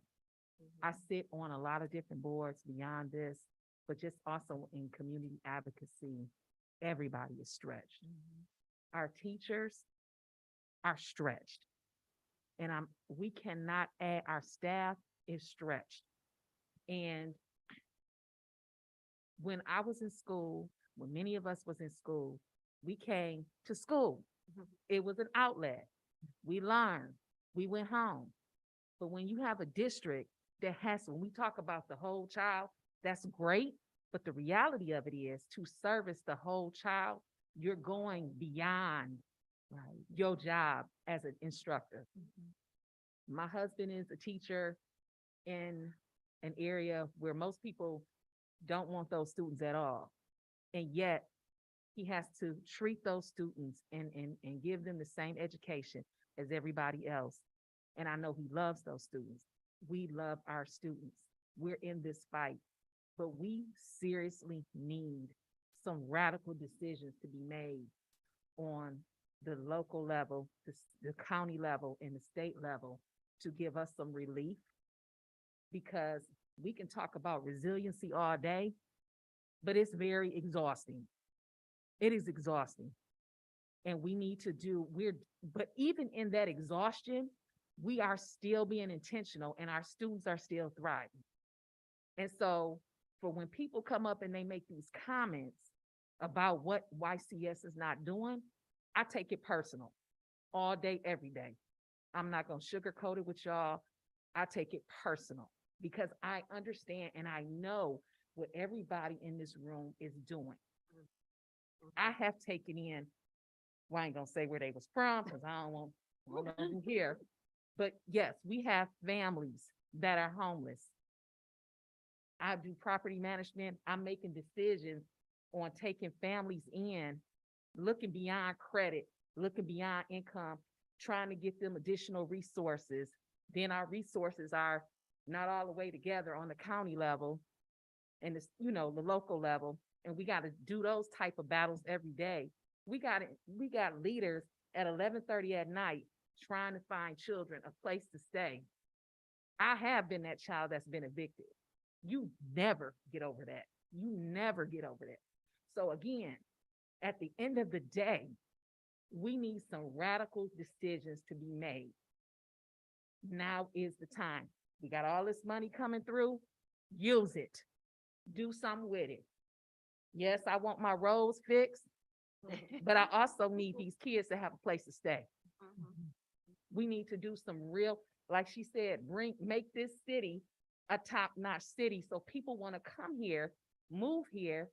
We can bring those students and educate them, but we need support. It's just as simple as that. We need support. Our people are taxed. So, I'd like to say the following what Janine, Trustee Townsend and Trustee Ainsley were saying. I was thinking just a couple of days ago about the fact that one of the things that people look at, one of the first things that they look at if they have children when they're going to move to a place is, what are the schools like? And I was thinking in terms of YCS and realizing the good job that is being done with what you have to work with. And I mean, we have to acknowledge that YCS is under a real burden. I know this is the next item, but if we're going to talk about quality schools, we heard that report, all that you're doing, and it's all fantastic work. But if you're still working and doing that under the weight of a heavy debt, you're not doing as good as you can do. And then with the comments that are coming from other places about the schools, then people are going to say, well, I don't care how good the city might be, we're not going to move there because of the schools. But then at the same time, the schools can be super excellent, but if there are things missing in the city, the people are not going to want to move there. So it's basically what the two that I mentioned, what they said, it sums up as that, but it also relates to the finances of the district. And I can't get past that. When I found out, and I hope I'm sorry if I'm moving us ahead, but when I found out that this district was paying something like $18 million off the top of their budget before the school year even started, then that just drove me crazy. How they gonna teach kids if they gotta pay that off the top, and then to find out what the debt is that you're working under? I mean, that just really set me off on the inside. We have got to do something about the debt. You're doing a fantastic job with what you have. I mean, you couldn't do any more with what you have and still be under that debt. So because debt weighs on the mind, I have been in a former part of my life under a lot of debt. And I was working to get out of it. And at the time I was married, and every time I got a bill paid off, there was another one made. So I understand being under the weight of debt. It was not the debt that this district is under, but I am telling everybody, I was at an event last Saturday, 2 weeks ago, the 17th. And one of the first things, it had nothing to do with the school district, but that was the first thing I said was, we have all got to begin to bombard Lansing to get rid of this debt. It never should have been left there when these districts were brought together. It needs to be forgiven. And that's my new, it's not a soapbox. That is my pulpit from now on. And I will not stop until something is done. All that we're sitting around talking, the city can do this and the city can do that, and the school district can do this, that, and the other. But as long as that debt, that weight is upon the district, it's going to be a problem. I wonder if it's an opportunity for Priya to just share again, if she could come to the mic to just explain, especially, you know, there is the debt, the operational debt from the previous district. There are the bonds, and some of the shortfall is because of the borrowing, and the fact that some of the taxes do not, there's a shortfall in the taxes. So we have to borrow because of that, just real briefly. So that people can understand what was Mayor Richardson talking about here? Absolutely. So we have two kinds of debts. We have operational debt and we have a debt fund debt, which is against all the bonds that were taken by Willow Run as well as the Ypsilanti Public School. The operational debt, the current value that's left is $7 million. The original debt was taken $14 million. IPSI has paid $7 million up until now, and we still have $7 more million to go. The Willow Run debt is about $35 million. On an annual, we pay $15 million in a debt between Willow Run and Ypsilanti Public Schools. When I talk about my levy, right, the operational levy, similarly, we have a debt levy as well. We collect 13 mils from for the Willow Run, and we do not collect entire what we owe the state. So if we owe the state $9 million a year from Willow Run side, we collect about $4.5 million, and we have to borrow the rest from the state to make that payment.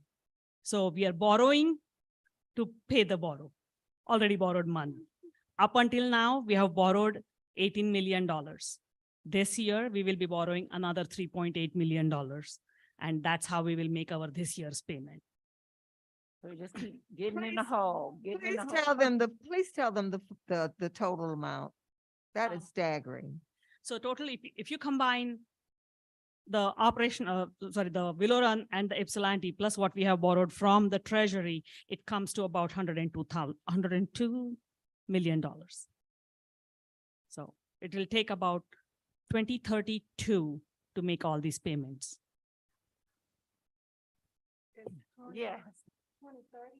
Yes, the year 2032 is when we have to make those payments back. That's our final year we have to be debt free. But the total comes to approximately 1.2 million. 100.2 million. I'm seeing the numbers in my head. 100.2 million. Yes. Yeah. Right. So this, is that 2032, right? Yes. Does that deadline factor in the additional borrowing? Yes. Or do those have different dates? No, with what we will be borrowing, and then there is a payment. So every year, the treasury tells you what your payment is going to be. So when they take in that consideration, our last payment would be in April of 2032. So even if you had to borrow in 2031, let's say, to pay, you still have to pay it off completely on, okay. Yep. So the actuality is 20 years, just like the real estate market took 20 years to bounce back. 20 years. Yes. And so when you look at the salaries, we were very fortunate. Our teachers were frozen for years before we came. And so what we've done is that was one of the fortunate things with ESSERS. We weren't able to do some of the creative things. We were able to pay off some of the other debts. So like there was a Snyder electric bill. There were some of the other smaller pieces of this debt. That's how it's been shortened. It was longer than this, but we refinanced twice since I've been here and with this board. We were able to refinance to shorten this debt. The debt was longer. We refinanced twice. We paid off some of it with the ESSER funds. So we didn't just take it to do like some of the other places. We took ESSERs to shorten this debt. We didn't get to do some of the innovative things. We didn't get to give some of the money like we see Flint did, who got much more money than we did. Because I know that's what our teacher, we're like, we got to pay it off so that we can see the light at the end of the tunnel. And in hopes that people will hear us and see what we did and give us the overall bigger, help us pay it off. So we didn't just talk about it. You gave us money. We took the money and paid down so that it not only helps us, but also the taxpayers. And hopefully the teachers and the educators can see it. We want to be responsible with, because every time they said, with the ESSER's money, the first thing they said, listen to what folks said. And every group we heard, we want to pay down the debt. We got to get rid of the debt. So we took the pieces that could take it off earlier. And if you remember, the governor, the big piece, originally, we were paying interest rates. Just this last year, the interest rates went down. We were at 5.some% interest rate. So we tried to do everything smart so that we can pay interest rates, and the interest rate saved us some millions of dollars. $1.4 million. So we tried to do everything like really smart, like, okay, if we're gonna do it, pay down so we can save millions. Like, we're just trying to really think strategically so that overall it can help. But if obviously when we talk about $100 million, it's small, it feels small, but we tried to be we were very strategic in terms of how we spent those funds that were one-time dollars and use them so that if we're asking you to help us, it wasn't like, oh, you guys went and spent money on nonsense. We really wanted to, okay, if somebody goes and looks, they can't say, oh, you were frivolous. We spent money very wisely so that if you are going and asking and advocating for us, they can look and say, okay, the district did, when they gave us money, they did for themselves first. And that is our hope, that as we have been advocating, that people will say, okay, when they got it, they did what they were supposed to do. And so that as you go and help us and advocate, you can feel very secure that as we look, we refinance the bonds that we're able to, because you can't refinance certain bonds until a certain time. So all the bonds that we could refinance, we refinance. We've done everything. We went to Treasury with our Senator Irwin. He's been advocating. So every time we could, we went directly to Treasury to do those things. So we've done on our end everything that we could possibly do. And I think now that the state has that extra bunch of money. Yeah, they have $8 billion still unallocated in funds just for education. And I believe that the people of the district and the people of the city need to begin to go to Lansing, asking for total payment of the debt for this district. The money is there. They can't say they don't have the money. The money is there. And I keep hearing over and over that we will never have this much money again at one time. So since they have it, let's ask. Tell everybody you know. Write to Lansing, call Lansing, do whatever you got to do. If you want to march to Lansing, march to Lansing. But we need to get this debt paid. Mr. Jones-Chan. Yeah, I've got a question, this is just my ignorance about how this funding works, but how much of this is just borrowing from the Treasury, and then how much of this is in bonds? The 7.3 million are the operational piece, are operations. Now, mind you, I want to also remind everyone that this is from the merger. None of it is from the current. Sure. Right. And then the rest are bonds. But again, Oh, so all the- from the merger. So the majority is bonds. Yes.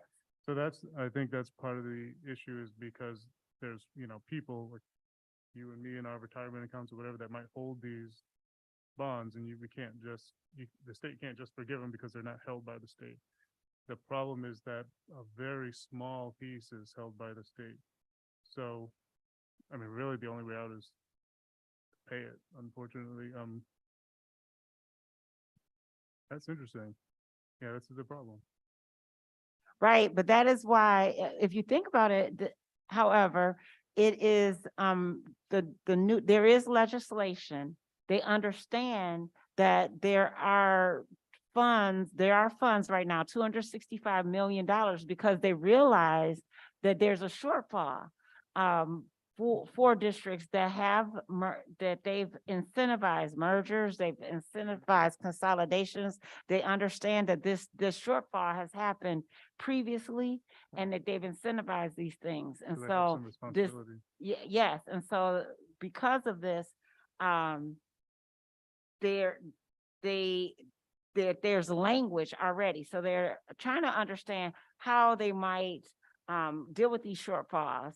And they're doing legislation to incentivize districts in the future. They just don't know how they will deal with us because it happened previously. So this would be like a system where the state took on the debt for those bondholders and then they paid it off and that makes sense. But there were also some promises made when this district when this merger happened. There were some promises made regarding the debt. And they need to be fulfilled. I don't. I guess I want to make sure that we're clear, because I would not, and I hope I'm correct, Ms. Nyack, but I would not characterize the debt as mostly bonds. I believe that the operating debt is really a significant, a large portion. So my understanding is that the bonds will at least begin to even out. Part of the issue with the bonds is that the tax base is not as large as it was when the bonds were passed. And so that's where we're borrowing. We're borrowing because we need to make up the difference between where the tax base is, and, the funding being collected and what's available. We have refinanced the bonds, as Dr. Zachary Ross mentioned. We've done that twice, as they've come up for there's certain periods at which you can refinance them. And we, through that, have taken a couple of years off the end, for taxpayers. But a significant portion, I believe, in this case, what we're talking to the state about is really about operating debt, and about making sure that we are not paying annual debt payments on this operating debt that is left over from two previous districts that have an incredible heritage. We're happy and proud of them, but we are a new district. We are a brand new, fresh, new district that the state required us to create, and we were saddled with all this additional debt that was not part of the deal. And so, there were promises made that some of that debt would be reduced, and instead, this brand new district is being held liable for that existing debt. So I just want to make sure that that's really clear. It's not just bond debt that we're talking about. The real, the elephant in the room is sort of the operating debt from these two other districts. And that is wrong, to saddle a new district with old debt.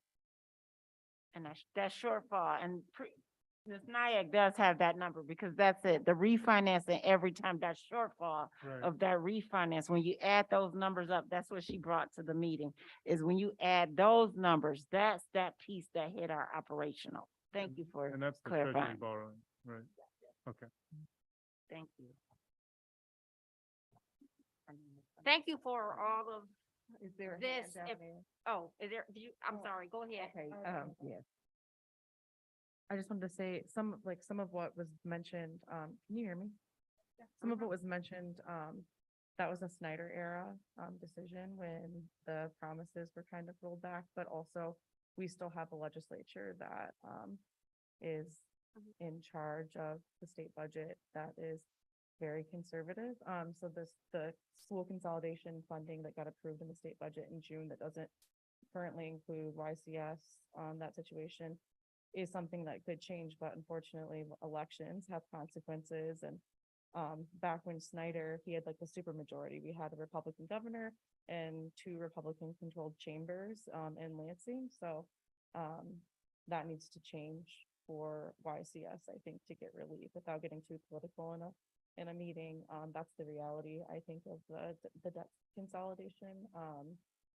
And hopefully, I think, as you mentioned earlier, your state senator has been working on this behind the scenes for a while. So it's something that I think that will continue over the next year.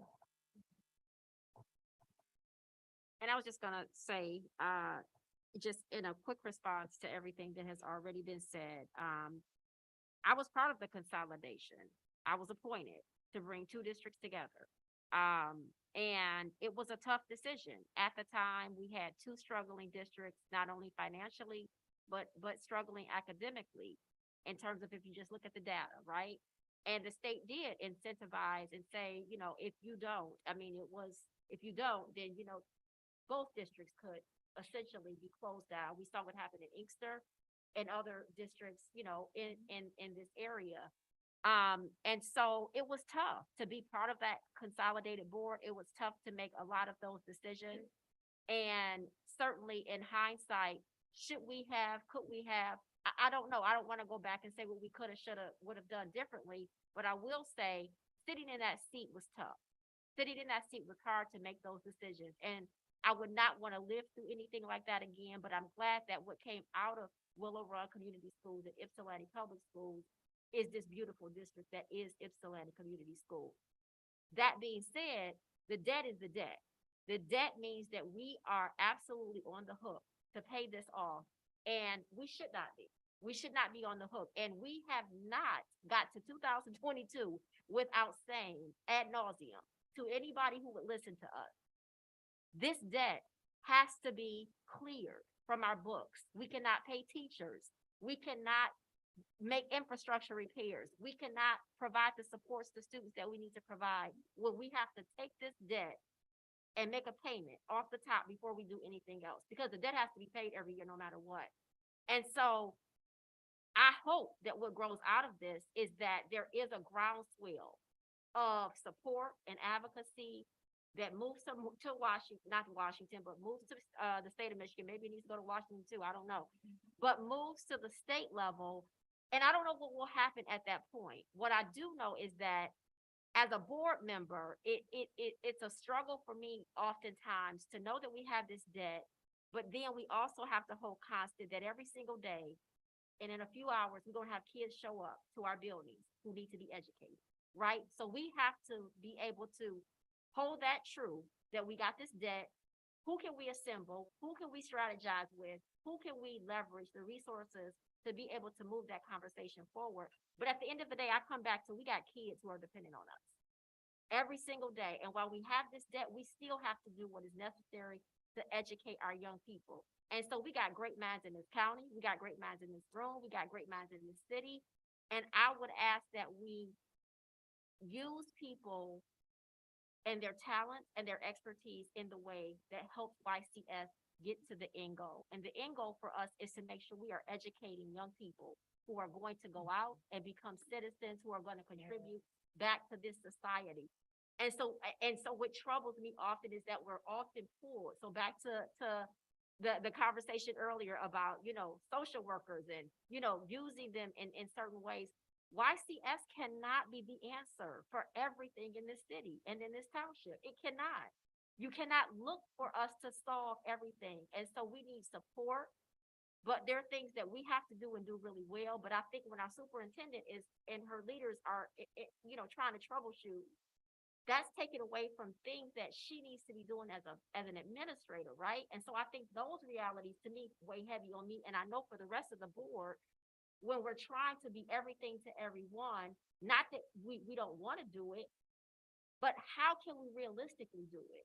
So we actually need to make sure that we are equipping the district and making sure we can be in the business of educating young people, because that's our primary goal here.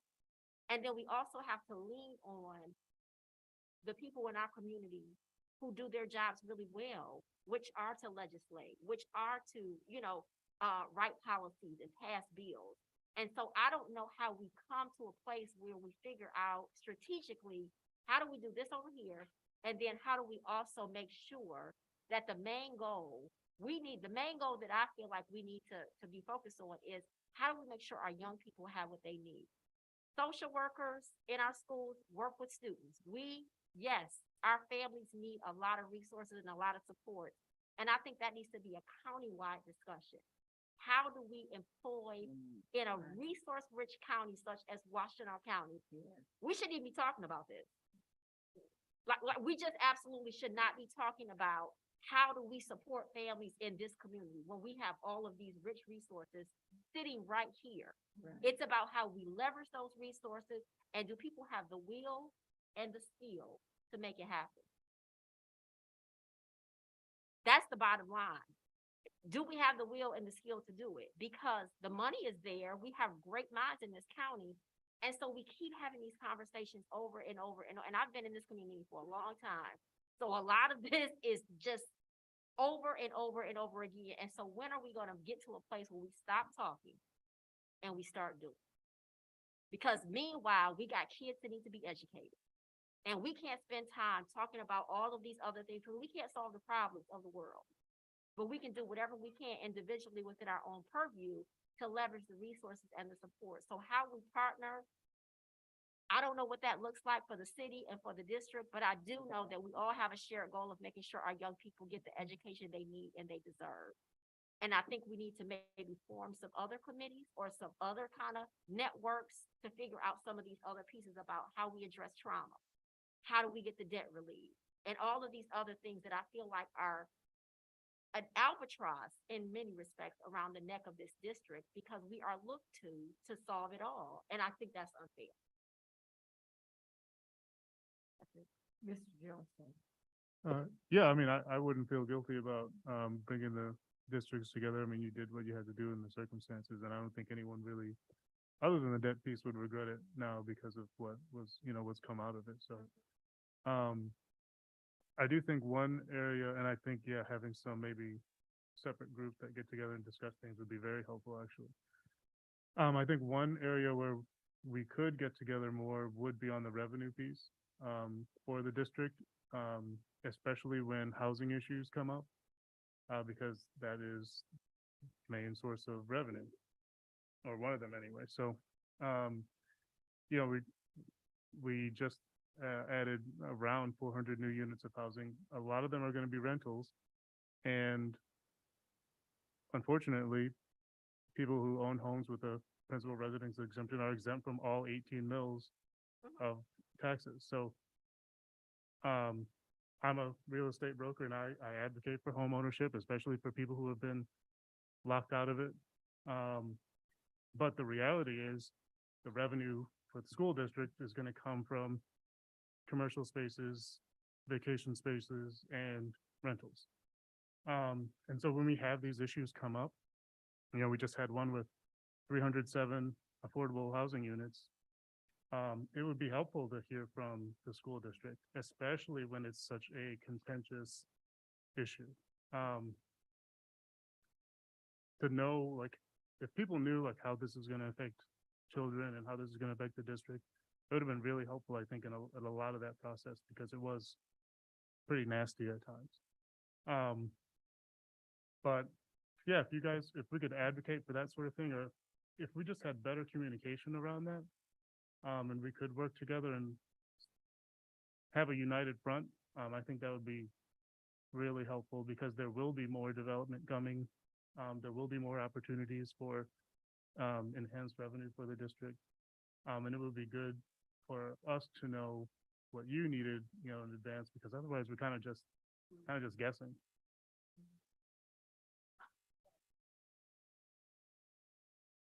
Unfortunately, those new units are under a pilot.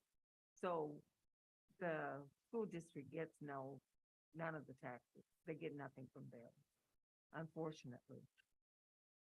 Yes, yes, please. Sorry. I wouldn't say we get nothing though.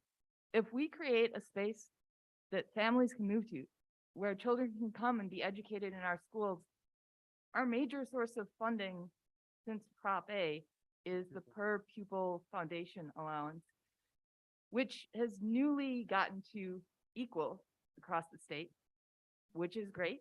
But my next push goal, after we get rid of all the debt and we're all getting equal funding, except for our neighboring Hold Harmless district, is to get equitable funding, because you just heard how hard our teachers and staff work on behalf of the kids of our community. And they should be paid equitably for the incredible work that they do, which means we should be able to outpay all our neighbors. We should. Yeah. I agree with that 1,000%.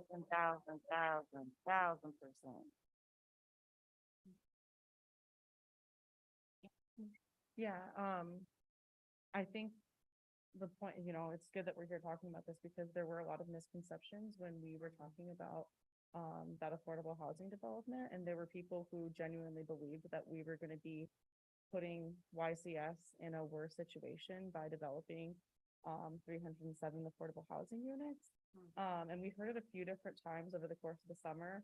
And it was nice to have parents of YCS students in the audience to counteract some of those comments that were made, because it is per pupil funding, and hopefully in the next few years we will see that formula worked differently so that schools like IPSI do get more per pupil than schools that have are stretched less than, I would say, staff and teachers in YCS. So I do think it's important. And honestly, there are a number of school board members that did speak up when we were going through two different housing developments over the summer. So I appreciated that. And I'm excited for us to keep working on creative housing solutions. The city is very small, so we need some of our partners in the township to help us expand housing access, both rentals and homeownership. So I appreciate this and talking about it and clearing up some just misconceptions about how the funding works. So thank you. Other comments at this time? This has been a rich, robust discussion, lots of work to do. There always is. Mayor Richardson, do you have anything else on those two bullets? Not at this time. Okay. Okay, next that takes us to our subcommittee reports. And do we have any subcommittee reports from the board at this time? Yes. So I just have two quick ones. On behalf of the Community Relations Subcommittee, this relates very nicely to the perceptions that we were just talking about in our conversation. So we were invited to participate in the interviews for the marketing and communications position. We're halfway through those interviews, and I just wanted to take this opportunity to thank Ms. McCarty and the talent management team for recruiting and identifying these candidates. And I'm really looking forward to the next 2 days of interviews. And then also relevant to the topic of school funding and debt relief, as our district's WASB Legislative Relations Network delegate, I just wanted to echo the reminders we've been getting from MASB and from Ms. Haynes, that the MASB Region 7 Legislative Priority Setting meeting is taking place on October 3rd. And if you haven't had a chance to register to come and participate, please come join us. I think that we need to make sure that MASB is hearing from districts, from us and districts like ours, about the legislative priorities we want to advocate for. Thank you, Trustee Goodrich.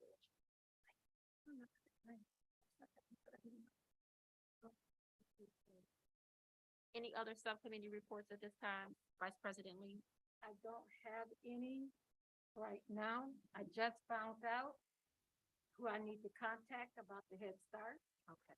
So I will be reaching out to her because I haven't been getting any information. They haven't sent me anything. Okay. So I'll be reaching out to her, let her know that We gave them your information. you did. Several times, They haven't sent me anything. so they might not have met still then. Oh, They may not have, because we've given them your information for when they meet, so. September. Oh, that's Oh, like this week.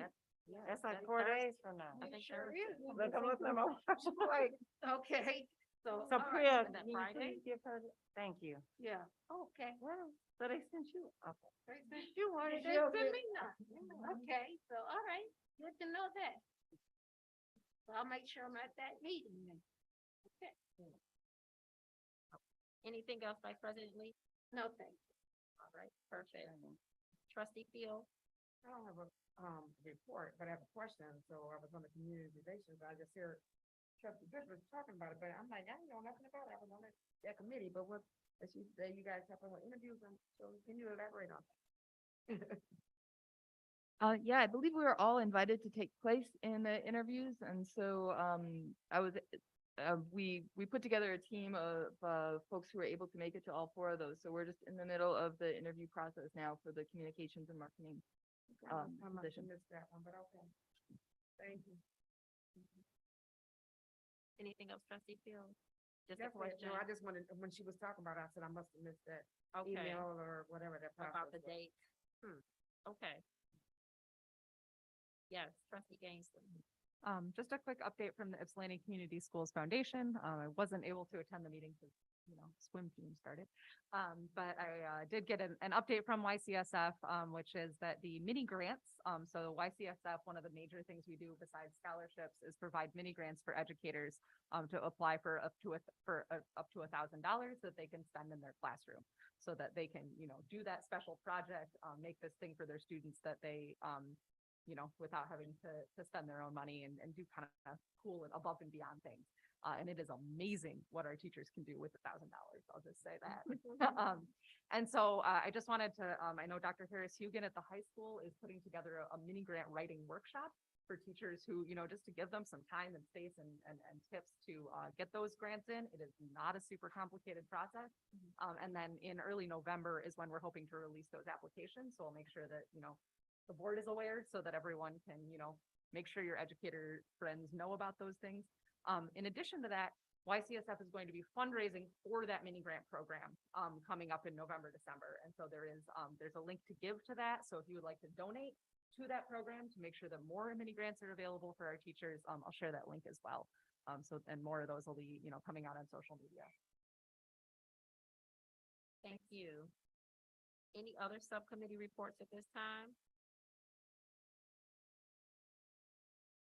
All right, seeing none, that takes us to our second public comment portion for this evening. Ms. Haynes, do we have any public comment cards that have come in? Thank you. That takes us to board superintendent comments. And the only comment I will make, and I know that probably Trustee Fields will also echo some of this and maybe even say more, is that the Hall of Fame event, we went. Yes, I To the Hall. did. Yes, it was lovely to see so many alumni come back and to be recognized and appreciated and celebrated at that event. I met, is it Tino? Yes, yes. Tino, I had a yes. chance to meet He's and a talk to wonderful Tino. He leader. was, yes, very gracious. It was a wonderful event. So thank you for that announcement at the last meeting, and I was glad that I was able to make both work. And if you want to say anything else about it, I know you came to. Yes, it's always nice, but it's always good to hear the backgrounds and how far they go back. It's kind of always funny when he talks about 1921, that's really funny, because I'm like, oh my God, that's, know nothing about 1921, but he always, goes back and give the history behind it, just, the community and stuff. But it's always a nice function, and I think the recipients are always excited to get that award as well. Yep. Coming back and get that, and to have a whole team. This time they did teams, when they normally do individuals. So this year they inducted the 1980 Willa Run men's basketball team. So a lot of those players came from across wherever they may live. And then I think they did the maybe 1996, maybe baseball team from YCS. So that was kind of cool. So this is the first year they kind of did teams as opposed to like individual recipients. Yeah, it was a wonderful event, and they do a nice job of really honoring the alumni, and it was just interesting to see too.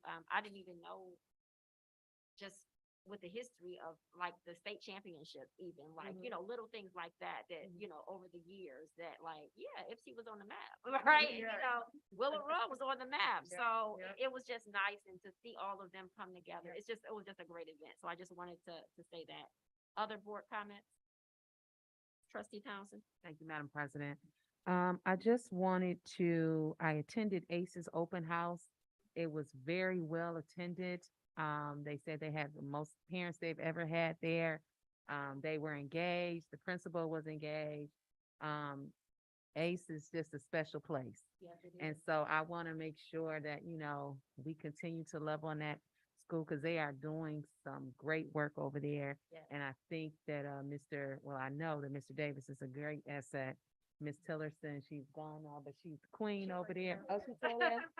Yep, the queen. And again, they are doing some phenomenal work, and I just want to applaud that staff over there. Also, next week is homecoming, right?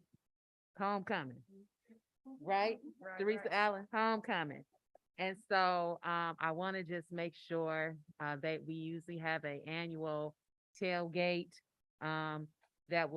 it's still happening. And then also class of 1992, the greatest class ever, will be celebrating 30 years. Our event is on that Saturday. So Mr. Rose and I will be there together. Hopefully we'll be back at work on Monday.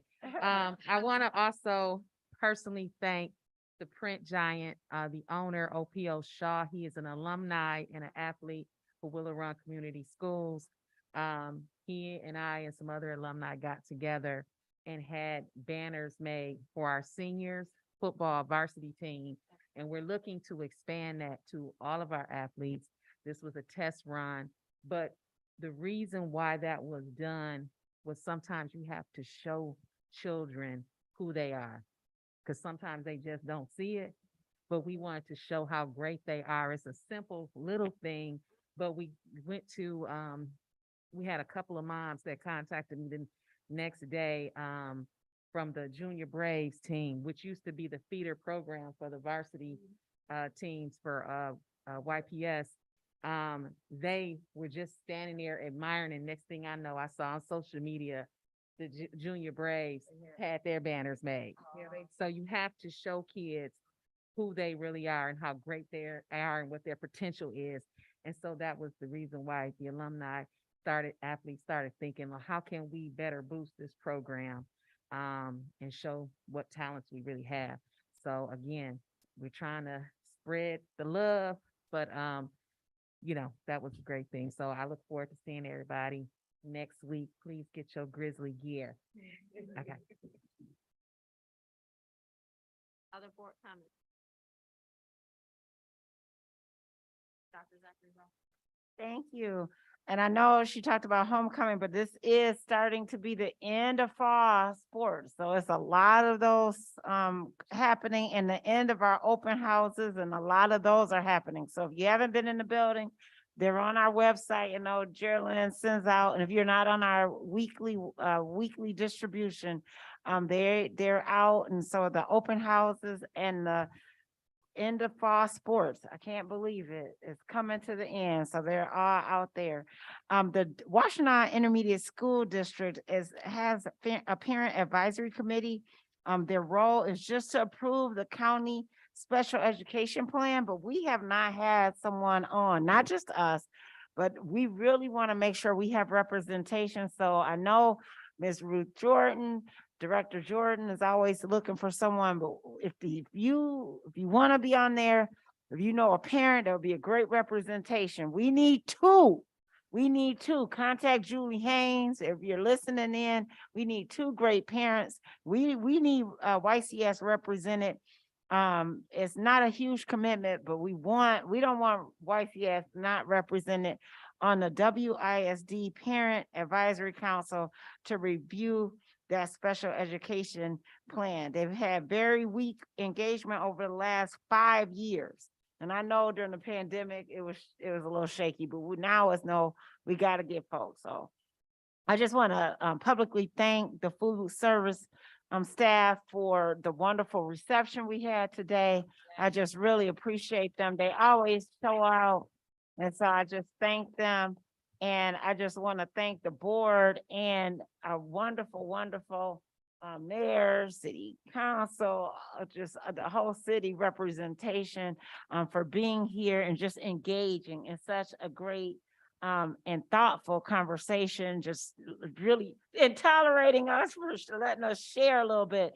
We know we spent this summer in a retreat with the board. We spent time even with the administrators, and one of the consistent messages we've heard over time is that we just don't share enough about what we're doing. And as educators, we struggle with that. And we've got to do much better. And I think after Monday, and even Dr. Hawkins, I had this whole other thing on the agenda. She was like, we got to share. And I think Monday with the Cognia, the difference with this is that it's that peer-reviewed systems of distinction. It was like, we've been saying this all this time, and now to have a peer-reviewed group saying, you all are a system of distinction, and this is not just out of the city, not out of county, the state, this is globally. And we're like, wow, right, we are. Yes, we are. We're like, okay. So thank you for putting up with us. We just felt like if our own folks don't know what we're doing, who else? Who does, right? And so thank you for coming and joining us here. We want to continue. If there's something that you have questions about or things that we can partner with, please, we welcome this opportunity, because we talk about stronger together, but we internally say it's not about talking it. If you just say it, that's not stronger together. We got to be about it. And so we can't just be about it as a district or just with our parents. We have to do it together like this. So thank you for being here with us. Thank you, Madam President. Before we wrap up, close out, board members, anything else to say?